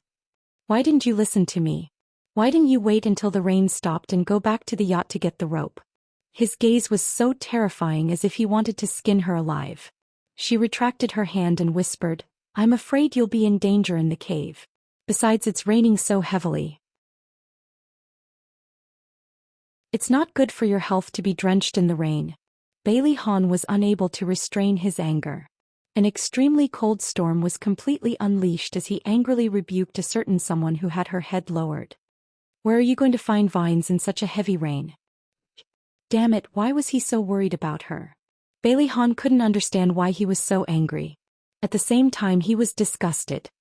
He suddenly stuffed the cotton swab into her hand and said with a dark face, wipe it yourself. Xiaodong thought he was angry because she didn't listen to him. She carefully looked at him while wiping her wound. Don't be angry. I'm fine now. You're fine too. Heh. Heh. She couldn't smile anymore because he glared at her fiercely. Her hand paused and she sucked in a breath. Ugh, she had poked his wound. You're so stupid. You're so clumsy when applying ointment. Bailey Han couldn't stand it anymore. He snatched the cotton swab from her hand. After applying the ointment, he used gauze to bandage her hands. Don't touch water. Don't use too much strength. He was like a doctor giving detailed instructions. She could only nod. Finally, she volunteered to look at his left leg. Is your leg hurt badly? Let me bandage it for you. I'm fine. He moved his left leg to avoid her touch. Be obedient and don't move. She slapped his thigh. I'm a doctor now. Listen to me. She carefully lifted up his trousers. There was only a piece of cloth roughly tied around his leg. The white cloth was dyed red and blood was slowly seeping out of it. She stared at his wound in a daze. An uncomfortable feeling kept surging up her throat. Finally, it turned into anger. Are you an idiot? You're injured so badly and you still say you're fine. Her hysterical roar echoed in the cave for a long time. Xiaodong didn't know why she was so angry. She stared at the man in front of her as if she wanted to find an answer. She didn't expect to see his lips slowly curl into a smile. Oh God. She was going crazy. You're still in the mood to smile? You must be crazy. You're lucky you didn't fall and become disabled. She rolled her eyes and bandaged his wound again. Fortunately, he was fully prepared. There was water and food in his backpack, but the food was frozen and needed to be heated. Bailey Han gathered all the leaves in the cave into a pile. He found a lighter and lit it. The cave immediately warmed up. She was too nervous to notice it earlier. Now that she was relaxed, Xia Dong felt very cold with her wet clothes wrapped around her body. She sat by the fire and began to dry her clothes. Bailey Han put the food on a wooden stick to heat it up. Bailey Han, I'm really admiring you more and more. You're good in the hall, good in the kitchen, and good in martial arts. Most importantly, you have wilderness survival skills. You're simply a must-have for traveling. Xia Dong ate the hot food and flattered him. Bailey Han's eyes flashed with an imperceptible smile. His expression was still cold. If you had been thrown on a deserted island for a month to survive, you would have done these things too. Xia Dong looked at him in disbelief. Can you tell me about these things? He didn't answer. She hurriedly said, if you can't tell me, then forget it. He looked at the fire and said calmly, actually, there's nothing much to say. These are the rules of the Bailey family. After the eldest son comes of age, he has to pass many tests before he can inherit the family's power. He hid many secrets that she didn't know about. Only now did she understand that the wealth and status he had now was not because he was blessed by the heavens, but because he worked hard for it. She suddenly thought of a question and blurted out, then will your son have to go through these tests in the future? He suddenly stared at her, his eyes becoming dangerous and cold. I don't care what purpose you have for approaching me. If you threaten my son, I will make you disappear from this world completely. The atmosphere that had just eased between the two of them stiffened again. She smiled helplessly. I didn't mean that. On the contrary, I'm very happy that you care so much about your son. He looked at her suspiciously. She calmly met his gaze, her clear eyes without any impurities. Perhaps he was thinking too much. The cold aura around him gradually disappeared. He looked outside the cave and saw that the rain was still pouring. It seems that we will have to spend the night here. At night, Xia Dong began to have a fever again. Her whole body was burning hot, and the wound that was bitten by the venomous snake began to swell and fester. Bailey Han frowned. He covered her with the coat that had been dried by the fire. He dipped the cloth in rainwater and placed it on her forehead to cool her down. He took care of her for the entire night until the wee hours of the morning when he finally fell asleep. The two of them who were sleeping did not know that a dark shadow had sneaked out from a hidden corner of the yacht and came to the deserted island. He followed the traces and found the cave. Seeing the two injured people in the cave, a trace of worry flashed across the intruder's eyes. He sneaked back to the yacht using the original route. Xia Xiaobao, who was still on vacation at the hot spring hotel, was woken up by a phone call early in the morning. He heard Jiang Dao's voice. Young Master Bao, Miss and Bailey Han are both injured. What? Xia Xiaobao jumped out of bed, completely awake. How did they get injured? Are their injuries serious? Mrs. Ankle is injured and she seems to have caught a cold. Bailey Han's left leg is injured. Both of their wounds have been bandaged, but I can't tell if it's serious.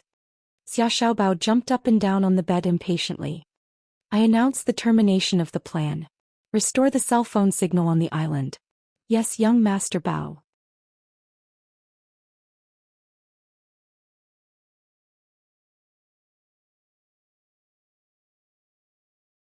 Chapter 56. With her son in her arms, she walked unsteadily to the old lady. Grandma, I'm sorry for making you worry. The old lady's eyes were red. Why is your left leg injured? Is it serious? It's just a scratch. It's nothing serious. Grandma, don't worry. Ahan, put Xiaoyi down. Be careful of your leg. The doctor is waiting in the living room. Let him take a look at your injury. Bai Jinxiu also came over. Su Yunqian was standing next to her. Her eyes were slightly red. Although she didn't say anything, they could feel her worry. Mom Yunqian, I'm sorry for making you worry. The old lady said, Okay. You must be tired after coming back. Go in and take a look at your injury first. We can talk later. Suji checked Bailey Han's injury. The abrasions on his calf were quite serious. Fortunately, his muscles and bones were not injured. There were several scratches on his body, but they were not very serious. After rebandaging his wound, Bailey Han comforted his family. Finally, he followed Su Yunqian back to his room upstairs. As soon as they entered the room, Su Yunqian threw herself into Bailey Han's arms with tears in her eyes. Unfortunately, you're okay. Otherwise, I wouldn't have the face to live. Don't be silly. I'm back in one piece. He gently wiped the tears on her cheeks.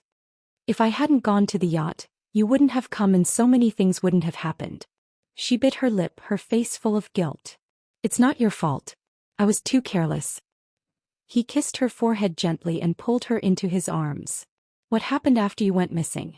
She bit her lip and looked like she wanted to say something. Were you with Xiaodong? Yunqian, I'm tired. I don't want to talk about this now. He played down this matter. Okay, then have a good rest. I'll come to see you tomorrow. She stood on her tiptoes and kissed him on the lips. When she turned around and left, her eyes were cold. Why didn't he talk about it? Was it because he had done something wrong to her? He was the only one left in the room. He sat at the head of the bed and contacted Ahu. At this time they had already finished searching the island and were bringing people back to the old Bailey mansion. Ahu, what did you find? Young master, the deserted island has been washed away by a storm. There are no traces of human activity. Your mobile phone was found in the shallows 10 meters away from the beach. Is there anyone else on the island? Oh. All right, I got it. Lying in the bathtub, Bailey Han frowned. That woman had mysteriously disappeared. Did the person behind her take her away or did she encounter some danger? At this time, Xiaodong was already lying on her bed. The nanny took good care of her who had a cold and even found a doctor to treat her wound from the snake bite. She didn't know how long she slept, but she opened her heavy eyes and looked around in a daze.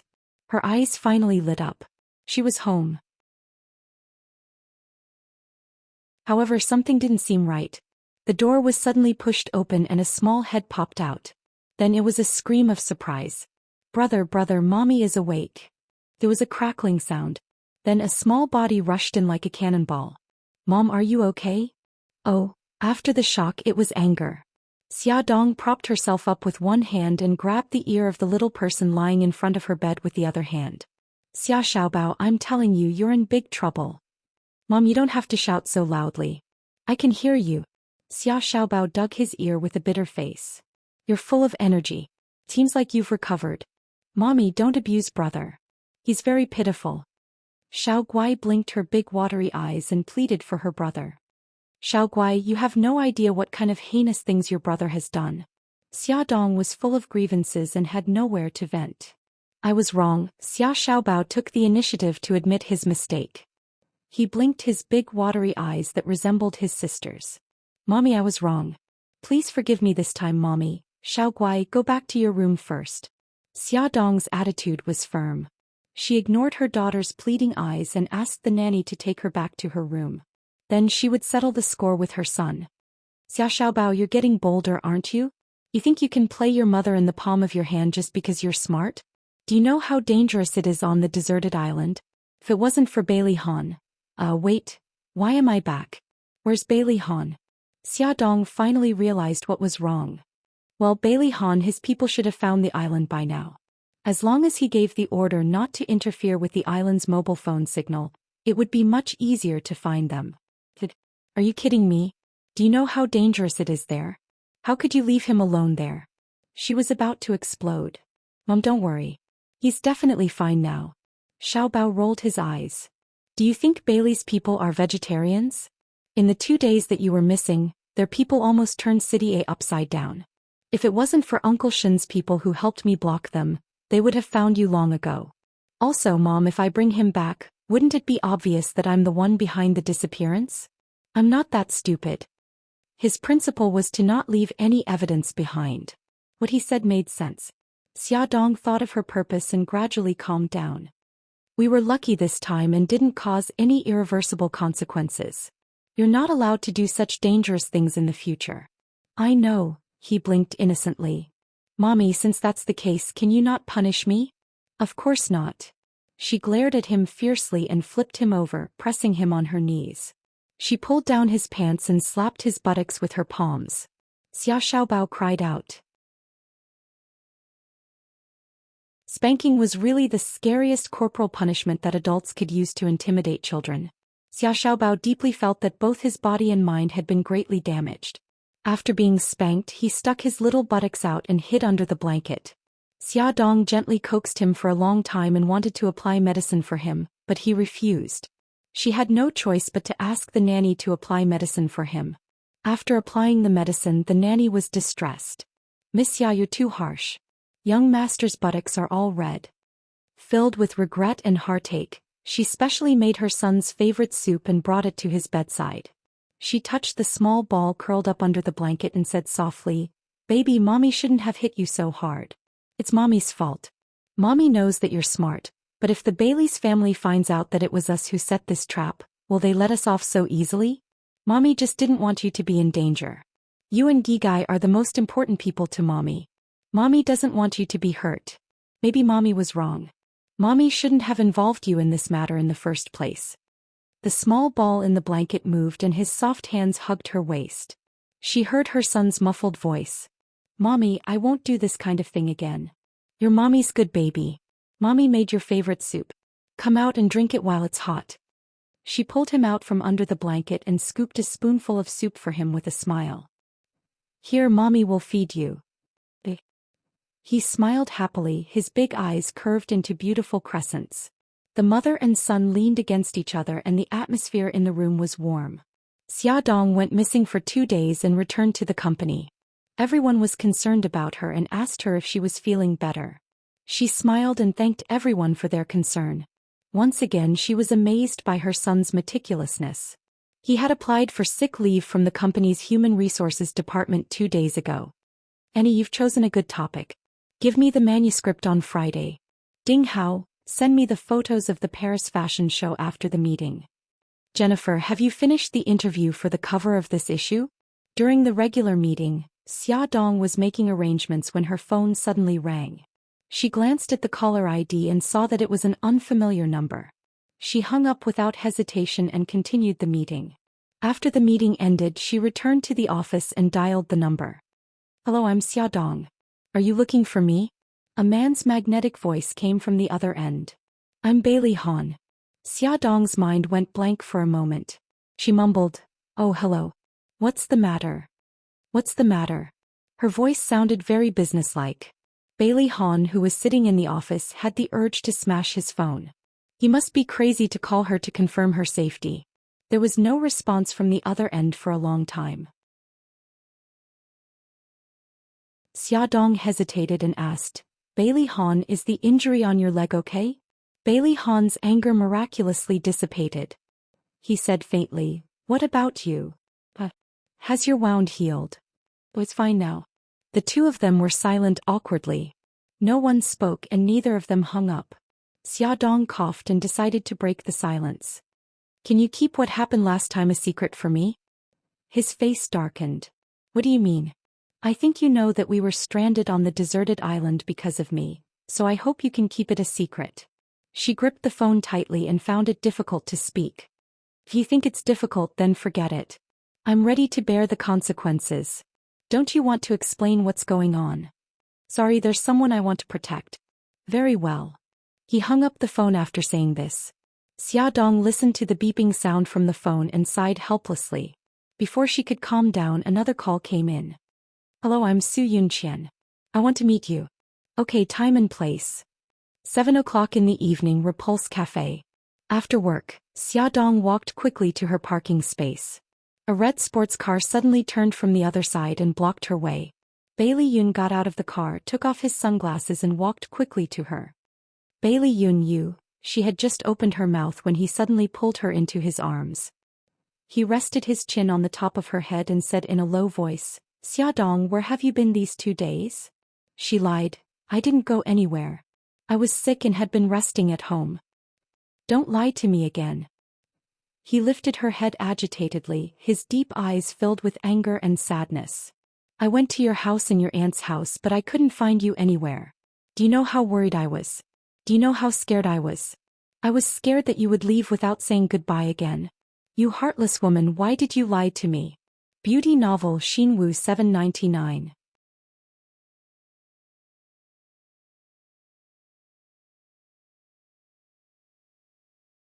Chapter 57. She avoided his gaze guiltily. "Bailey Yun, don't be like this. Let go of me first. Let's talk slowly." She saw that there were already people looking over curiously. His handsome face was as dark as the sky filled with dark clouds. He tried hard to convince himself to take it slow and not scare her away. He slowly let go of her and crossed his arms. He looked like he wasn't going to let her go if she didn't explain herself. Tell me now, where did you go? I just went out to play. It's that misty villa. I went there to soak in the hot springs with my family. She tried to divert his attention. I have an appointment with someone at 7 o'clock and it's almost too late now. Can we talk another day? His attention was indeed attracted by the second half of her sentence. He stared at her fiercely. Who are you meeting with? A man or a woman? A woman. Xiaodong rolled her eyes at him. Can you let me go now? Sure. He suddenly reached out and pulled her into his arms. A sly smile flashed across his slender fox-like eyes. But you have to put my stamp on it.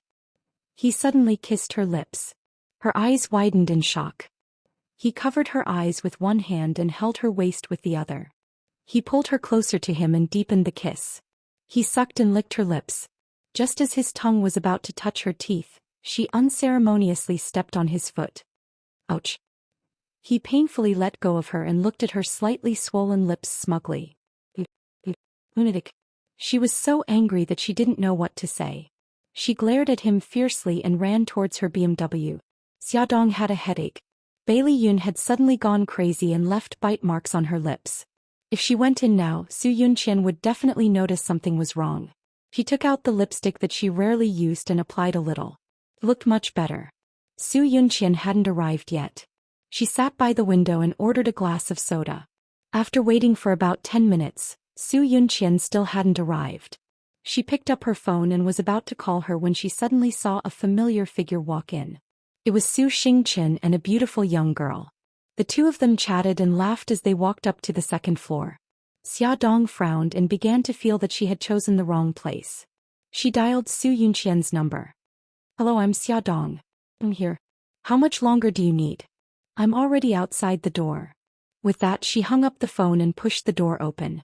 Su Yunqian was dressed in a long white dress, looking as elegant as a queen.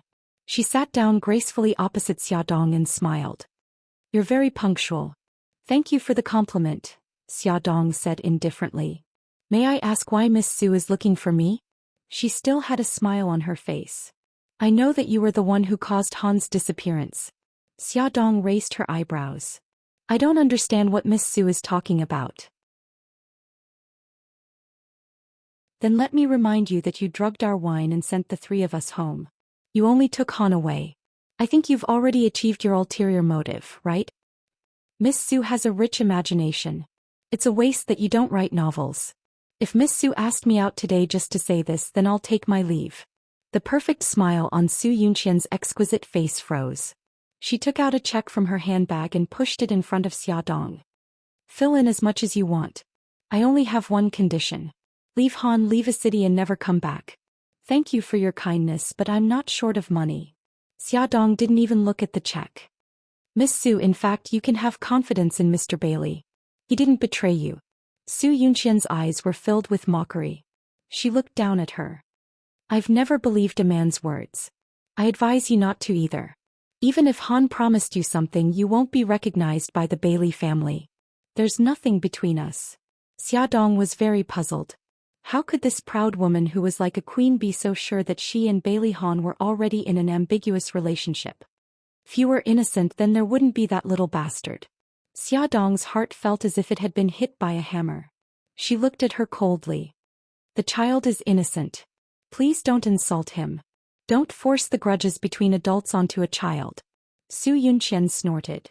What? Is your heart aching because I'm scolding him? So why did you abandon him in the first place? Enough, don't say any more. Xiaodong's face turned pale. She clenched her fists tightly, her nails digging deep into her palms. She couldn't feel the pain because the pain in her heart had long suppressed the pain in her body. Su Yunqian was like Guanyin with a benevolent smile. She looked at Xiaodong's suffering and whispered in her ear, if you want to take the child away, I can help you. What did you say? She widened her eyes in disbelief. I said if you want to take that little bastard away, I can help you. Her gentle voice was like poison corroding her. Aren't you very motherly? Don't you want to take your child away? Don't you want to see your child being called a bastard by others? With every question she asked, Xiaodong's heart ached even more. Finally, she closed her eyes and tried to calm down. What benefits do you get by doing this? Of course, Su Yunqian wouldn't tell her that her child occupied the position of the eldest son of the Bailey family and was the only person who had the right to inherit the Bailey group. Only by getting rid of that bastard would her child have the right to inherit the group. Su Yunqian smiled. Of course there are benefits, and that is to keep you away from the Bailey family. How about it? Isn't this a good deal? It was very tempting, but so what if she took the child away? Would she be hunted down by the Bailey family for the rest of her life? Would the child really get the life he wanted with her? Moreover, there was still Xiao Guai waiting for her to save. I'm sorry, I can't make this deal with you.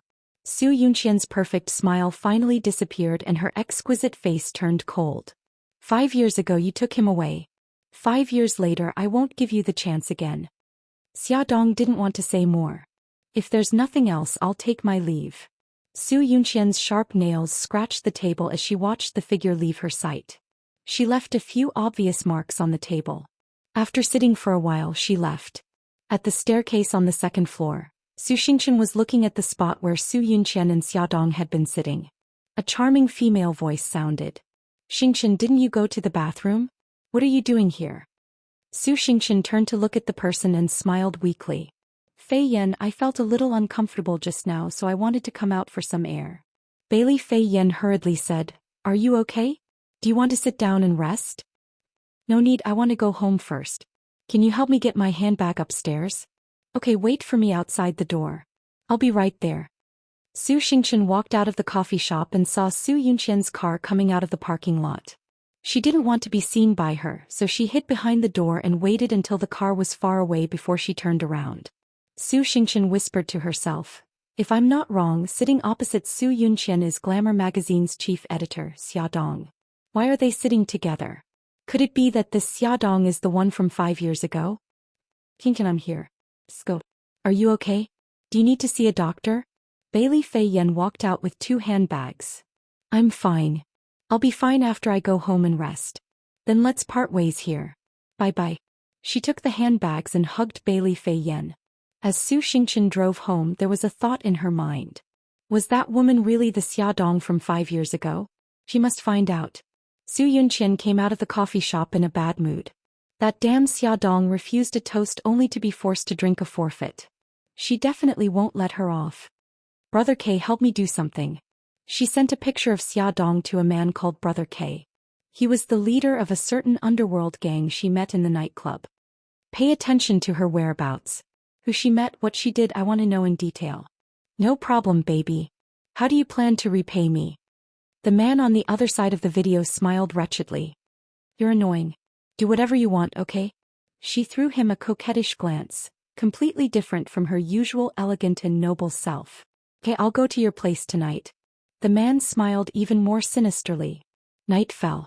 A night full of ambiguity had just begun. There were only 2 people left in the huge villa. In the dining room downstairs, a sumptuous spread of food was placed on the long dining table. Su Yunqian, wearing a low-cut backless black evening gown, sat at one end of the table. On the other end sat a man in a suit. He had thick eyebrows and big eyes. Although he couldn't be considered a handsome man, he had a dignified appearance and a burly figure, which made him look very masculine. He was the leader of the flame gang Old K, also known as Brother K. Brother K eagerly pushed the cut steak in front of Su Yunqian. Baby, this is fresh steak specially sent over from New Zealand. Try it and see if it's to your liking. Su Yunqian elegantly put a piece of steak into her mouth with a fork and smiled. It's not bad. Eat more if you like it. After all, we'll be doing something very tiring later. Brother K's eyes had a wretched glint as he scanned her exquisite body. Don't be in such a hurry. Her smile turned seductive as she elegantly took small bites of her food. Her delicate red lips were so mesmerizing. Brother K's heart was instantly set on fire. He looked at her with even more infatuation. Baby, you're so mesmerizing tonight. Really? Her eyes had a bone-chilling charm as her lips parted slightly. You're not joking with me, are you? Of course not. I'm just speaking the truth. I'm willing to die under you. He stared at her low-cut neckline with a smirk. That deep cleavage made him lick his lips uncontrollably. You're the one who said it. Don't beg for mercy later. She raised her brows seductively. Baby, I can't take it anymore. Let's start now, okay? The fire in his body was getting stronger. He grabbed her hand impatiently and reached under the dining table. He took her hand and touched the scalding hot spot. The thick and hard cylindrical object was stuffed into her palm, and the scorching heat was transmitted fiercely. A look of disgust flashed across her eyes, but a bashful expression appeared on her face. You're so naughty. Go take a shower first. I'll wait for you in the bedroom upstairs. Hey, baby, wait for me. The man dragged out his voice and quickly ran to the bathroom. Welfare Hongcha 866.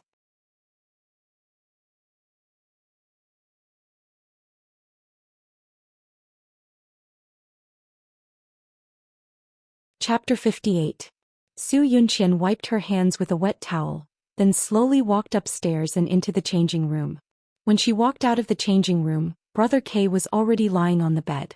From head to toe, there was only a small t-shirt on his thigh, 2 thin belts around his waist, and a small piece of elastic cloth wrapped around his front. It looked very heavy. It looked like it was about to burst out of the cloth. Oh baby, you're finally out. The man looked at the woman walking over eagerly and obsessively, and he couldn't help but twist his lean back. Slap. A leather whip suddenly struck his firm chest, accompanied by a cold female voice. Don't call me baby, call me your Majesty Queen. Yes, your Majesty Queen. The man looked at the woman in front of him, and the infatuation in his eyes intensified. Su Yunqian was wearing an ultra-short black lace dress, black silk gloves, and black stockings that revealed a large portion of her snow-white thighs. She wore 10-centimeter-high leather boots and held a black leather whip in her right hand, standing in front of the bed like an arrogant queen. She arrogantly raised her chin and asked, "Who am I?" "You are my Majesty Queen." "And who are you?" "I'm your slave." She walked closer to him and raised his chin with her left hand. Her lips curled into a mocking smile. "My little slave, is this how you seduce your Majesty Queen?" She fiercely let go and the leather whip in her hand hit him hard. "I'm very disappointed and very dissatisfied." The whip left a red mark on his body and the man was stimulated by the pain. He twisted his body and said, "Your Majesty Queen, I'll definitely satisfy you." His burning gaze was locked on her cold and arrogant face, and his body was getting hotter and hotter. His waist seemed to be swaying and he unconsciously moved forward. His fingers slowly lifted a belt around his waist and slowly pulled it down. Then he flirtatiously lifted another belt and pulled it back and forth. "Be more lascivious." Another whip hit him. The man became even more passionate and flirtatious. His little cuckoo was pulled down to his groin, leaving only a little bit covering the important parts. A part of the black forest was exposed. The queen's lips curled into an evil smile. "Not only are you my slave but you are also my dog. Try to bark like a dog.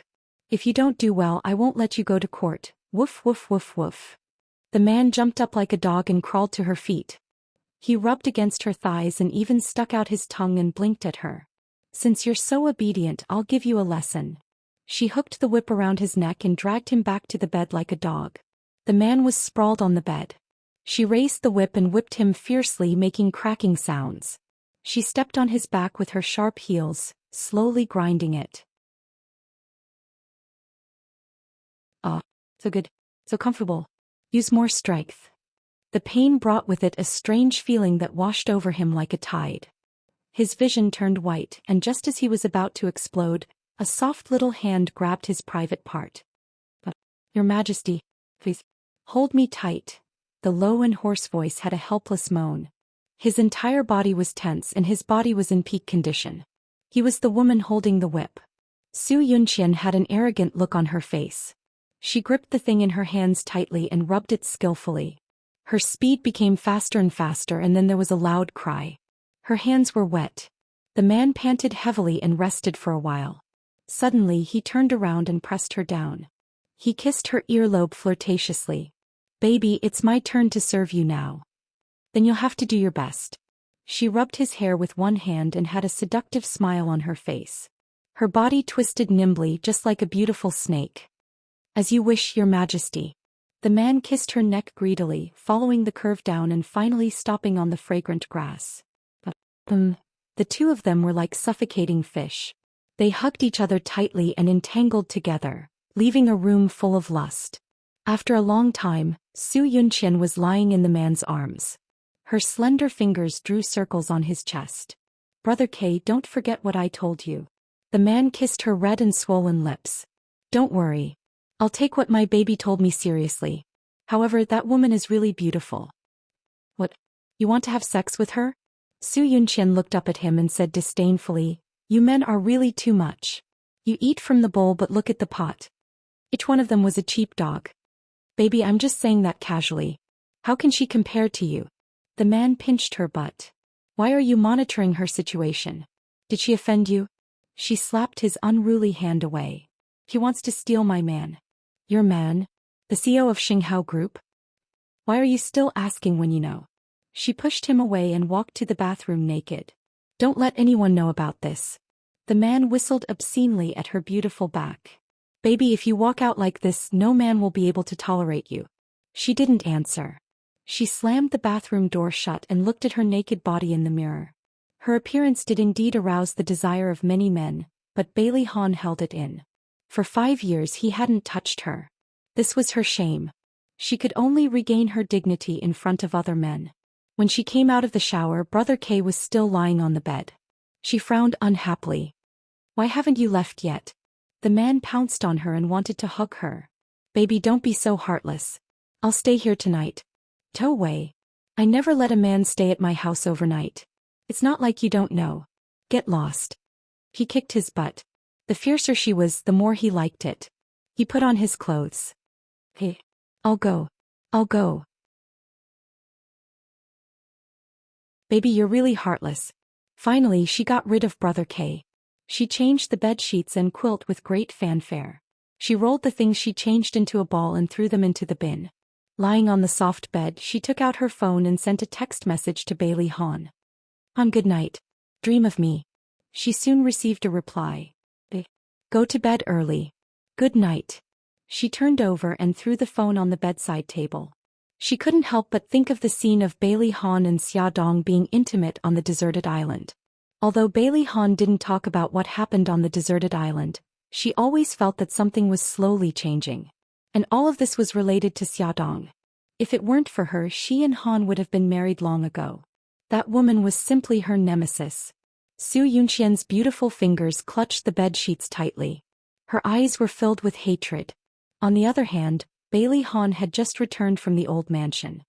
He was called over by the old madam to ask about the situation on the deserted island. He only said that he was alone on the island and didn't mention anything about Xia Dong. The old madam couldn't get anything out of him, so she let him go.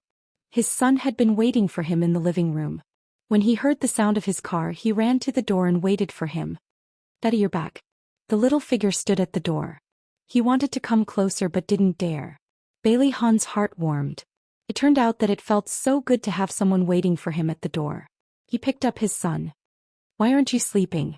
"I'm waiting for Daddy." His son lowered his head in embarrassment. "Daddy will come back early in the future."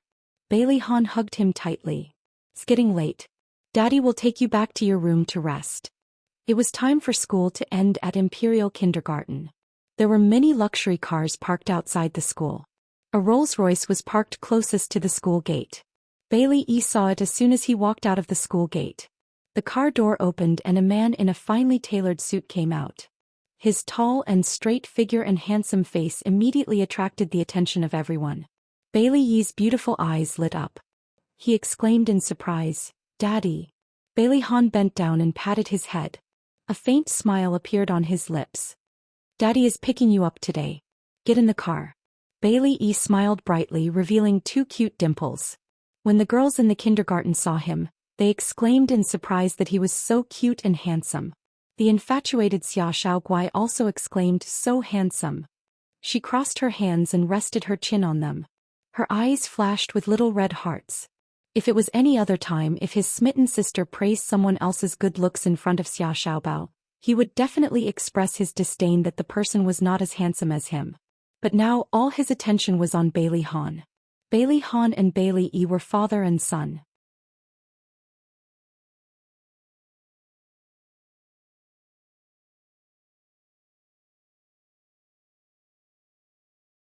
Chapter 59. That's so funny. That penguin is Dao Du. Before she could finish the joke, Xiao Guai was laughing so hard that she was convulsing with laughter. Xiaodong laughed as well. Xiao Bao rolled her eyes. That's a lame joke, isn't it? But the corners of her mouth curled up. Then tell us one, brother. The car drove into the neighborhood. After parking the car, Xiaodong walked out of the parking lot with a child in each hand. Suddenly she saw a black luxury car parked at the gate. A man in a black suit stood next to the car. When he saw her, he bowed politely. Miss Xia, our old madam wants to see you. May I ask who your old madam is? Xiaodong glanced at the car. The rear window was closed so she couldn't see what was going on inside. But she had a feeling that the old madam was sitting inside. The man said respectfully, Old Madam Bailey. Xiaodong froze. The Bailey's family had finally come. She held the two children's hands tightly. She wanted to protect them and couldn't let the Bailey's family take them away from her. Please give me 10 minutes to bring my two little nephews upstairs. Okay, Miss Xia, please hurry. Xiaodong nodded and brought the two children upstairs without looking back. As soon as she entered the house, she locked the door and squatted in front of them. She looked at them seriously. Xiao Bao, Xiao Guai, don't call me mommy anymore. Call me aunt. If anyone asks, just say that you're Uncle Gao Feng's children. Do you understand? Gao Feng was Xiaodong's aunt's son. He had been working in the United States National Defense Research Institute. Because of the special nature of his work, the United States government had done a very good job of keeping his personal information confidential. Even Xiaodong, his family, did not know if he was married or where he lived overseas. Therefore, it would be very difficult for the Bailey family to investigate. Xiao Guai did not understand the sudden change. She pouted and said, Mommy, do I have to call you auntie in the future? You can call me mommy at home, but outside, especially when there are outsiders around, you must call me auntie. Xiaodong hugged her children and said guiltily, Darling, I'm sorry. Believe in mommy, everything will be fine in a few months. Once she was pregnant with Bailey Han's child, she would take the children away again. This time she would go to Italy to stay by her godfather's side. No matter how powerful the Bailey family was, they would not dare to go against her godfather openly. Mommy, I believe in you. You will definitely do it. Xiao Bao's soft lips kissed her on the cheek. Xiao Guai also kissed her on the cheek. Xiaodong also kissed them, then told the nanny to take good care of them and then hurried downstairs. As expected, the old madam of Bailey was sitting in the back row. Seeing this smart and capable old madam again, Xiaodong was still very nervous, but she did not show it on her face at all. She smiled politely and greeted her. While she was sizing up the old madam was also secretly sizing her up. After 5 years, she had become more mature, beautiful, and charming. She exuded confidence and capability. It was no wonder that she attracted Ahan's attention again. The old madam went straight to the point. I thought you would never come back. Xiaodong smiled and replied, Life is unpredictable. I didn't expect it either. Have you forgotten what you said back then? The old madam's eyes became sharp. Back then, I promised that I would go far away and never come back to disturb Bailey Han and the Bailey family. But now I regret it. My family is here and I want to live with them. She was neither servile nor overbearing and maintained her smile. Don't even think about bringing Xiao Yi back. Even if I wanted to, I wouldn't do that, Xiaodong said indifferently as her nails dug into her flesh. You don't have to worry about that. Tell me, what do I have to do to make you stay away from Ahan? The old madam's face was full of contempt. I'll give you another 5 million. Is that enough? Rich people were really generous. First it was Su Yunqian and now it was the old madam of Bailey. If it was in the past, Xiaodong would have snorted at their behavior, but now she could face it with a smile. Thank you for your generosity, but there's no need. I just want to live a peaceful life. As for Bailey Han, we're just working together. We won't go beyond that in the future. The old madam glanced at her coldly. I hope you remember what you said today. If you break your promise again, then my attitude won't be so gentle. After getting out of the car, Xiaodong felt very tired. What should she do to convince Bailey Han to lend her a child? Xiaodong didn't know that her every move was being secretly recorded and photographed. After meeting with the old madam, Xiaodong still secretly paid attention to Bailey Han's movements, but it wasn't as obvious as before. Bailey Han didn't contact her again. The two of them were like strangers who didn't have any interactions. They were back to square one again. Half a month passed peacefully. Xiaodong began to feel anxious. If this situation continued, when would she be able to get pregnant and cure Xiaoguai? She picked up her phone and found the familiar number. She hesitated for a long time, but still didn't make up her mind to dial it. She brushed her hair dispiritedly. Suddenly her eyes caught something and her eyes lit up. It was the new issue of the magazine. On the back page was the advertisement of Xinghao Group. She finally found an excuse. "Lilith, I'm going out. Call me if you need anything." Xiaodong took her handbag and ran out of the company. After choosing for a long time in the mall, she finally picked a gift. She put it together with the magazine, carefully wrapped it and sent it to Bailey Han's office. When Bailey Han received the package, Su Yunqian happened to come to see him. She saw the box on his desk at a glance and said with a smile, "What a beautiful box. What's inside?" Bailey Han saw that the sender was Xiaodong and felt a little strange. "Open it and take a look." As he said this, Su Yunqian had already untied the bow on the box. When she saw what was inside the box, her hand froze. "What is it? Take it out and let me see." "It's a magazine and a pillow." Su Yunqian's face was cold with her back facing him. When she picked up the things and turned around, she was full of smiles again. "Miss Xia is really considerate. She sent you such a beautiful pillow." The pillow was cross-stitched. There were 2 cartoon dolls embroidered on it. The two of them were holding hands and looked very intimate. On the back of the pillow was a big English word, happy. Bailey Han just glanced at the pillow and didn't show any special expression. He picked up the magazine and looked at the advertisement on the back. "This is the advertisement that our company published in Glamour magazine. The shooting is not bad." His voice was very calm. It sounded like he was explaining, but when it fell into Su Yunqian's ears, it was especially unpleasant. The advertising director was in charge of the advertisement. That be asterisk teach. Why did she send Ahan a sample magazine for no reason? It seemed like she hadn't given up yet. Su Yunqian pinched her palm with her fingernails and smiled slightly. "I'll leave first. I won't disturb your work." "Okay, drive carefully." Bailey Han kissed her cheek and sent her to the door. After closing the office door, he put the pillow behind him. It was soft and quite comfortable. The corners of his lips curled up slightly. Su Yunqian walked into the empty elevator and dialed Brother K's number. In the elevator mirror, her delicate face was full of hatred. "Brother K, how did you do the thing that I asked you to do last time?" "Good, I'll go to your place tonight. I want to see all the photos." There were dozens of photos scattered on the table. Each photo had the same protagonist, Xiaodong. There were photos of her driving, picking up a child at the entrance of a kindergarten, holding the child's hand and going upstairs. Su Yunqian pointed at a photo. "Whose child is that in the photo?"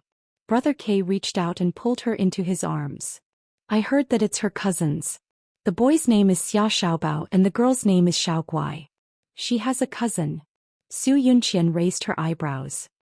"If it's her cousin's child, why is her surname Xia? I heard that her cousin works in the United States. As for why the child's surname is Xia, isn't it simple? Her cousin followed her aunt's surname." "What's her cousin's name?" "Xia Feng." Su Yunqian felt very surprised. Xiaodong's uncle was really strange. He actually allowed his son to follow his wife's surname. However, the surprise only lasted for a moment, and soon she focused her attention on Xiaodong. She picked up a photo which was secretly taken when Xiaodong and the old madam of Bailey met. "Who's the person in this car?" "I don't know. The person in the car hasn't come out. It's very mysterious. According to my people, she has a very regular life. She goes to work, gets off work and picks up her nephew. During this time she hasn't had any contact with Bailey Han." That's because your people are useless." Su Yunqian was furious at the mention of this matter. Her face showed a rare angry expression. "Do you know what happened this afternoon? That bitch actually sent Ahan a pillow. Who does she think she is to him?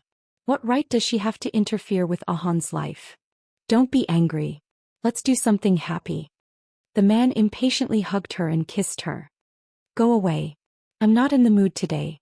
Su Yunqian pushed him away in disgust. She tidied her clothes and returned to her dignified appearance. I want you to find a few people and teach her a good lesson. What do you want to do? The man leaned over and wanted to kiss her, but she pushed him away. Doesn't she like to seduce men? Then I'll let her seduce as much as she wants. Su Yunqian's eyes flashed with a vicious light like that of a poisonous snake. On the other side in Xia Xiaobao's room, Xiaobao was holding a small laptop and video calling Jiang Dao. Young Master Bao, the group that followed Miss has retreated. Did you find out who they are? They're from the Flame Gang. Xiaobao typed Flame Gang into the database and a bunch of records about the Flame Gang popped up on the computer screen. He snorted and pursed his lips. Then he snorted disdainfully. So their boss brother K is a pervert who loves to be abused. That damn bastard. If you come looking for trouble with my mommy again, I'll make sure you die a horrible death. Jiang Dao couldn't help but shiver when he saw the little devil's smile. They had discovered the Flame Gang's men secretly following Miss Xia on the first day. However, they didn't take any action, deliberately allowing the other party to collect a bunch of wrong or unimportant information. Young Master Bao, although their men have retreated, I'm worried that they won't let it go. It's better to continue watching them. Welfare Xinwu 799.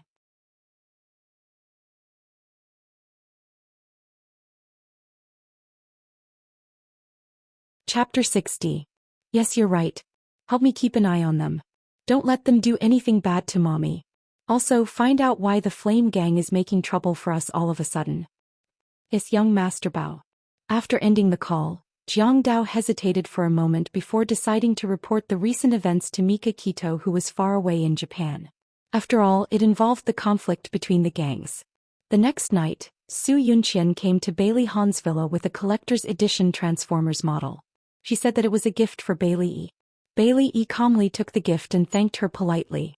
He even said considerately, "Daddy, I won't disturb you and Auntie Sue anymore. I'll go back to my room first. Pay sleep early." Bailey Han was very satisfied with the change in his son. When they were alone, Su Yunqian leaned into his arms and said gently, "Han, I'm so happy. Xiao Yi seems to be trying to accept me. Xiao Yi is a sensible child. He actually understands that you're good to him. He just didn't know how to express it in the past." Bailey Han was actually talking about himself. When he tried to communicate with his son, his feelings for him grew deeper and deeper. He felt proud of being a father from time to time. "Han, can I stay here tonight?" Su Yunqian's slender fingers wandered around his chest and she said coquettishly, "I haven't been alone with you in a long time. Whatever you say." He hugged her and his voice was gentle and doting. "Then can you go take a shower now?" She blinked and her voice was as soft as water. He stroked her hair and walked towards the bathroom. The sound of running water came from the bathroom. Su Yunqian took out his phone from his pocket and quickly sent a text to Xia Dong before deleting the message history. When Bailey Han walked out of the bathroom, Su Yunqian had already changed into sexy pajamas.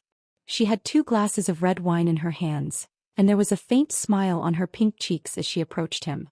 He had a towel wrapped around his lower body and his upper body was naked.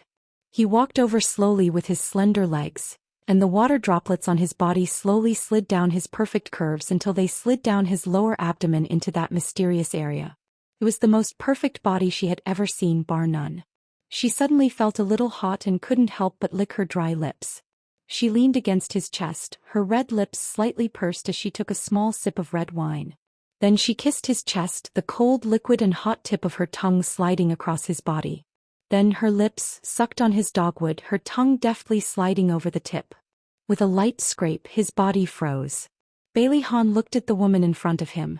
Her usual elegance had long faded from her face, and her beautiful eyes were already as seductive as silk. Her delicate and smooth skin shone with a dazzling luster under the soft light. He didn't know why, but another pair of eyes appeared in his mind and she whispered like a lover, "Bailey Han, I love you. That's why I got close to you." He suddenly put his hands on Su Yunqian's shoulders and wanted to push her away. She was caught off guard and threw herself into his arms. Her voice was choked with sobs. "Han, I'm so scared. I'm scared that you'll fall in love with another woman." "Don't be silly," she wrapped her arms around his neck. "Han, do you know that you've changed a lot recently? In the past you wouldn't even look at other women, but now, you and that Xia Dong, there's nothing between us." Bailey Han sighed and said gently, "Don't think too much." "Then tell me what happened that night. Why did you end up on a deserted island?" "Yunqian, I've already explained this matter. I was alone on a deserted island and nothing happened, okay?" Bailey Han's tone was starting to become unhappy. "You're lying to me, you're lying to me. Han, you've never lied to me before." His temper rose as she kept questioning him. He blurted out without thinking, "Yunqian, you weren't like this before either. Where did the elegant, generous and forgiving Su Yunqian that I liked go?" She froze. She had actually lost her mind. She kept warning herself not to ask him too much, but she just couldn't help it. She was afraid that she would no longer be able to control his heart. She smiled, a sad smile with tears in her eyes. "Yes, I've changed. That's because we've been dating for 6 years. After 5 years of separation we finally met again. I've already begun to worry about losing you. 6 years of love, when will it end?" As soon as she cried, his heart softened. "It'll end soon. Look, Xiaoyi has already tried to accept you. Things have already started to develop in a good direction, haven't they?" She still had a lot to ask him, but she knew that he was already angry just now. If she continued, it would only make him feel disgusted. She knew when to stop while she was ahead. She leaned into his arms and apologized carefully. "Han, I was wrong. Don't be angry with me, okay?" "I'm not angry. It's getting late. Rest early. You sleep in my room. I'll go to the guest room. I want to have a child for you." She pulled him with a shy expression. "A child who looks like you. After we get married, I hope the child will look like you. Good night." He kissed her forehead. After we get married. Why not now? Was she not attracted to him at all? Su Yunqian was very angry, but she still smiled and said good night to him. Bailey Han walked towards the door. In the next moment, Su Yunqian suddenly screamed, "A snake, snake." Bailey Han quickly turned around. The little green snake was dancing in the living room. When it heard a woman's scream, it quickly crawled in the direction of the sound. "Snake, snake, Han, get it out of here." The woman's shrill screams resounded throughout the room. She jumped back.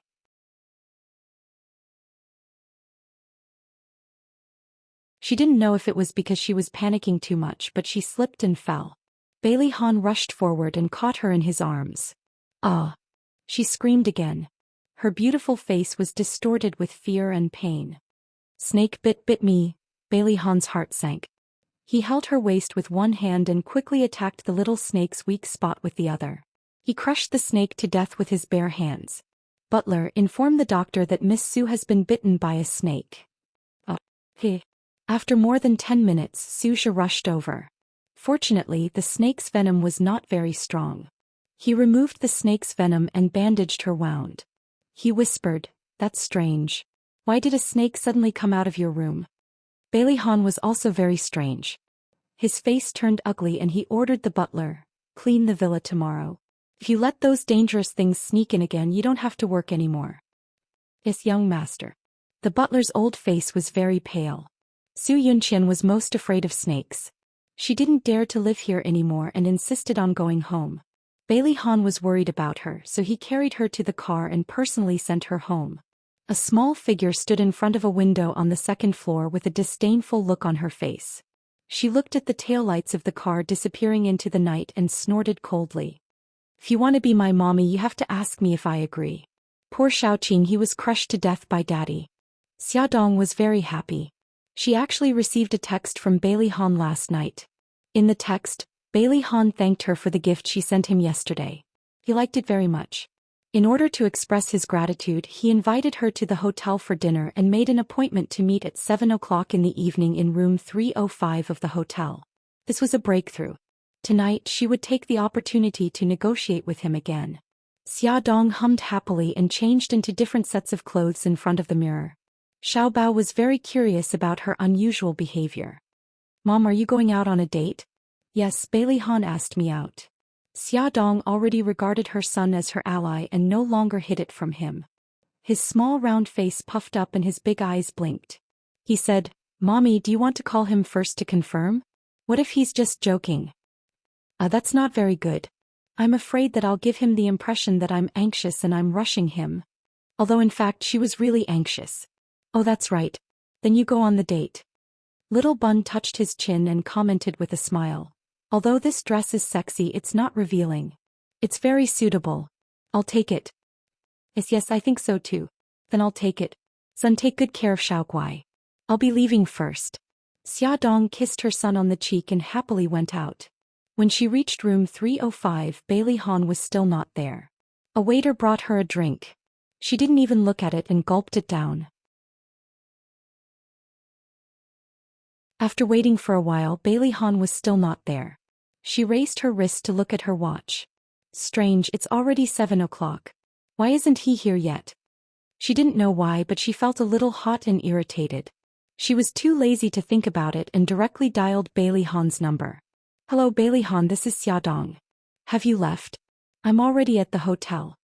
Bailey Han was already on his way home. When he received the call, he was puzzled. What hotel? Xia Dong was even more irritated and her voice involuntarily rose. Didn't you ask me to meet at Grand Hyatt Hotel's room 305 last night? I never asked you out. Bailey Han thought she was playing tricks again. After saying this, he was about to hang up when he suddenly heard a scream from the phone. Ah! The phone in Xia Dong's hand was suddenly snatched away and thrown to the ground. She was also slapped in the face. Who are you? What do you want? Xia Dong angrily looked at the 5 men who suddenly barged in. They all had colorful hair, pierced ears, shiny earrings and cigarettes in their mouths. They all looked like delinquents. B*T, didn't anyone tell you that this is our territory? How dare you barge into our room? Do you want to die? A man with blonde hair spat out the cigarette in his mouth and said fiercely. Did she accidentally barge into someone else's territory? That's not right. Didn't Bailey Han ask her to meet here? She thought for a moment and said calmly, sorry, I'll leave now. She walked towards the door. When she was 1 step away from the door, someone grabbed her arm and threw her towards the sofa. She quickly adjusted her body and steadied herself with one hand on the table. B*T, you want to leave? It's not that easy. Since you're here, stay. Play with us for a bit. The 5 of them smiled wretchedly and approached her step by step. Awesome novel Songshu 566.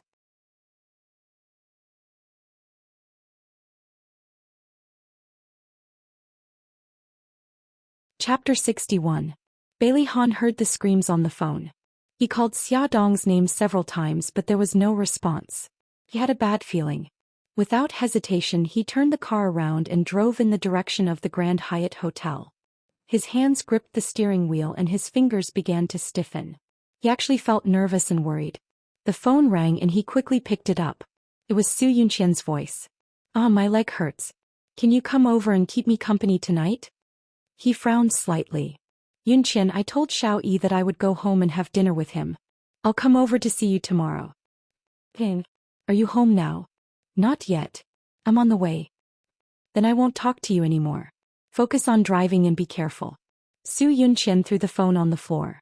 She stood in front of the dressing mirror with a dazed smile on her face. Xia Dong, tonight I'll make you remember it for the rest of your life. Grand Hyatt Hotel, room 305. Xia Dong supported herself with one hand on the sofa's armrest.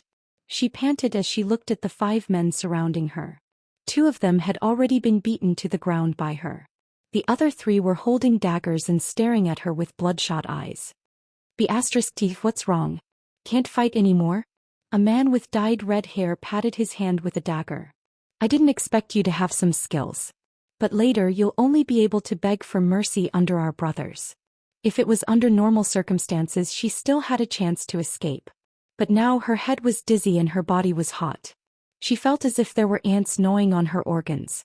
It was so itchy. She began to see double and couldn't see clearly. She wanted to tear her clothes to cool herself down. It was so uncomfortable. Don't talk nonsense with her. Let's attack her together. If we don't *CK her to death, I'm sorry for the punch I took just now. The man with yellow hair spat and rushed forward with a green light in his eyes. The other 2 also rushed up, tearing her clothes and pulling her hair. Xia Dong struggled with all her might, but her body's instinct told her that she actually wanted someone to hug her. Something was wrong. Something was very wrong. In a flash, she understood that she had been drugged with an aphrodisiac. There must be something wrong with the drink she drank when she walked into the room. She gritted her teeth, kicked her feet and headbutted them. She used the most primitive methods to fight against the three wolves. However, the effects of the drug were about to reach its peak. Her resistance was getting weaker and weaker. Her clothes were all torn off, revealing her white and tender skin. Damn, this bitch's figure is really good. His skin is so smooth. Move aside, I want to be the first. What, first or second? Why don't the three of us do it together? Look at her upper and lower body, they're just as mesmerizing.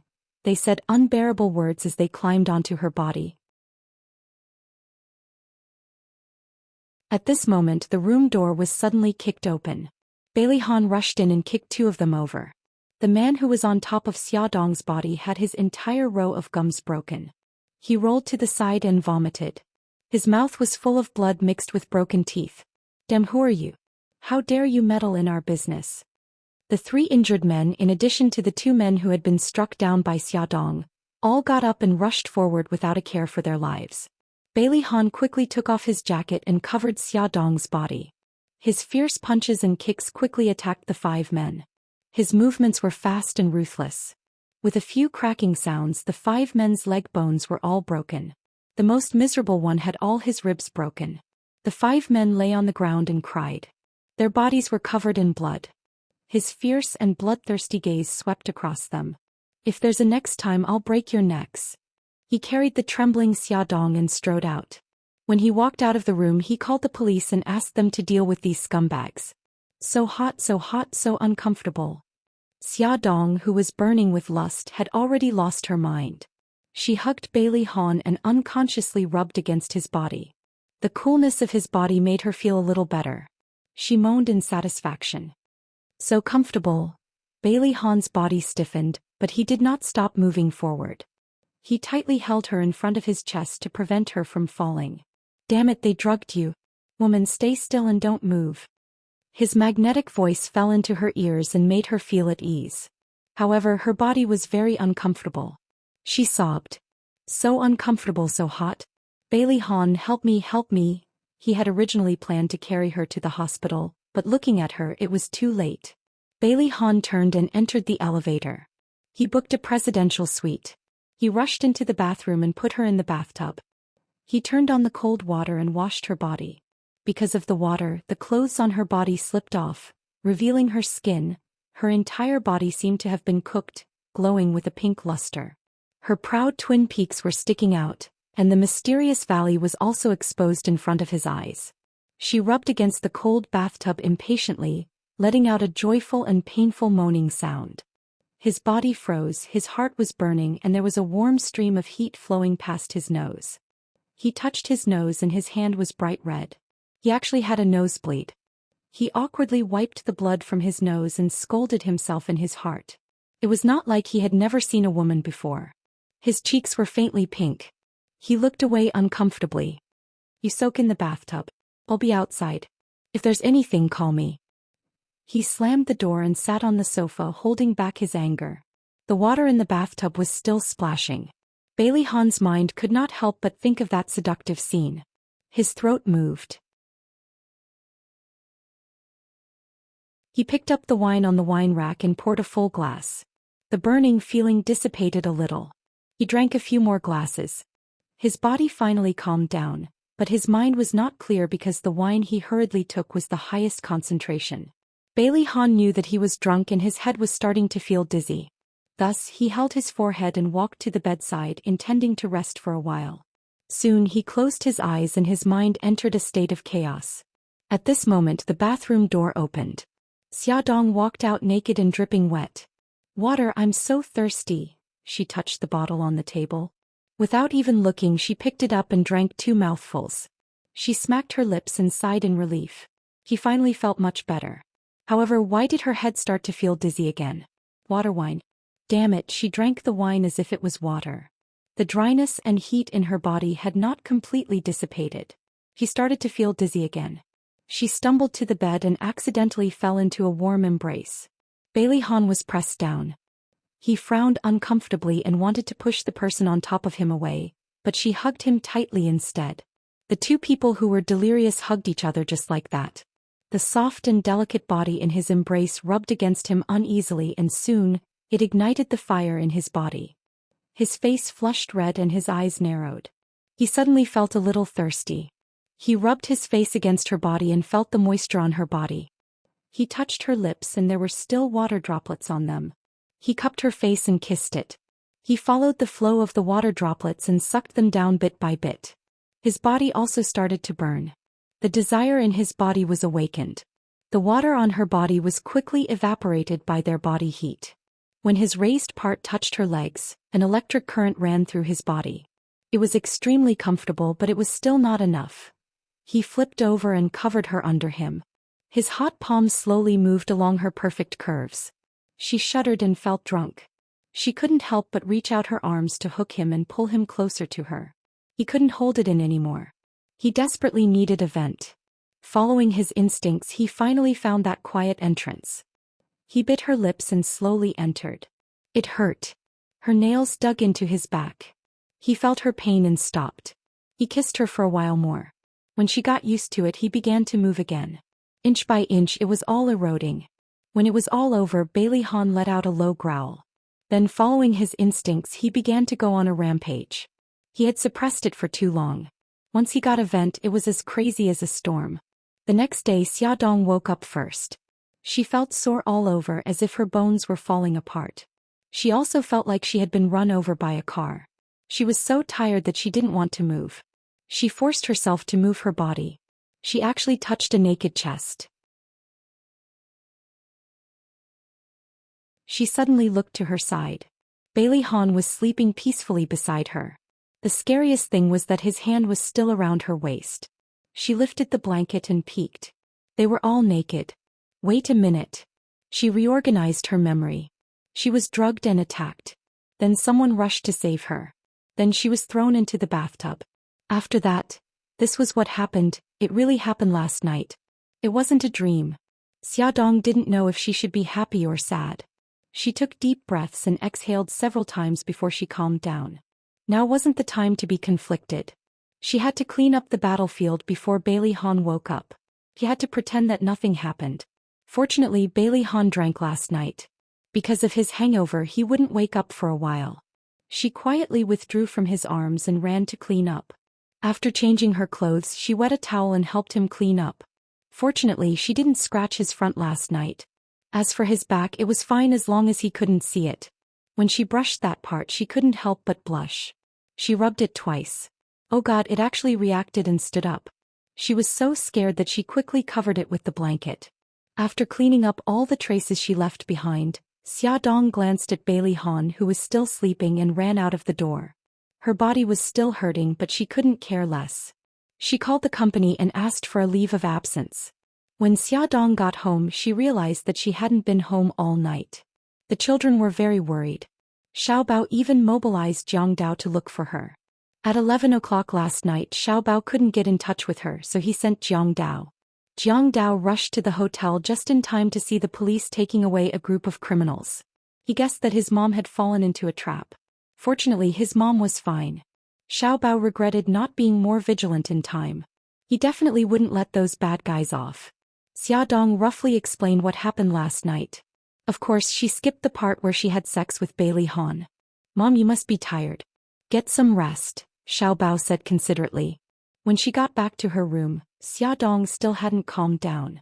She called Yi Siki and confided, Yezi, I succeeded, but I'm not happy at all. I wanted to persuade him to do IVF with me, but I didn't expect that we would still have sex. Yi Siki comforted her. Since it already happened, don't think too much about it. Anyway, he was willing. Beauty novel Songshu 566. You're tuning in to the Dreamy Chapters YouTube channel. We're so grateful for your support, and don't forget to subscribe to join us on this incredible journey through captivating stories. Your generosity through donations truly makes a world of difference, as it's the primary source of revenue that allows me to expand and enhance this channel for you. Thank you from the bottom of my heart for being a part of this adventure.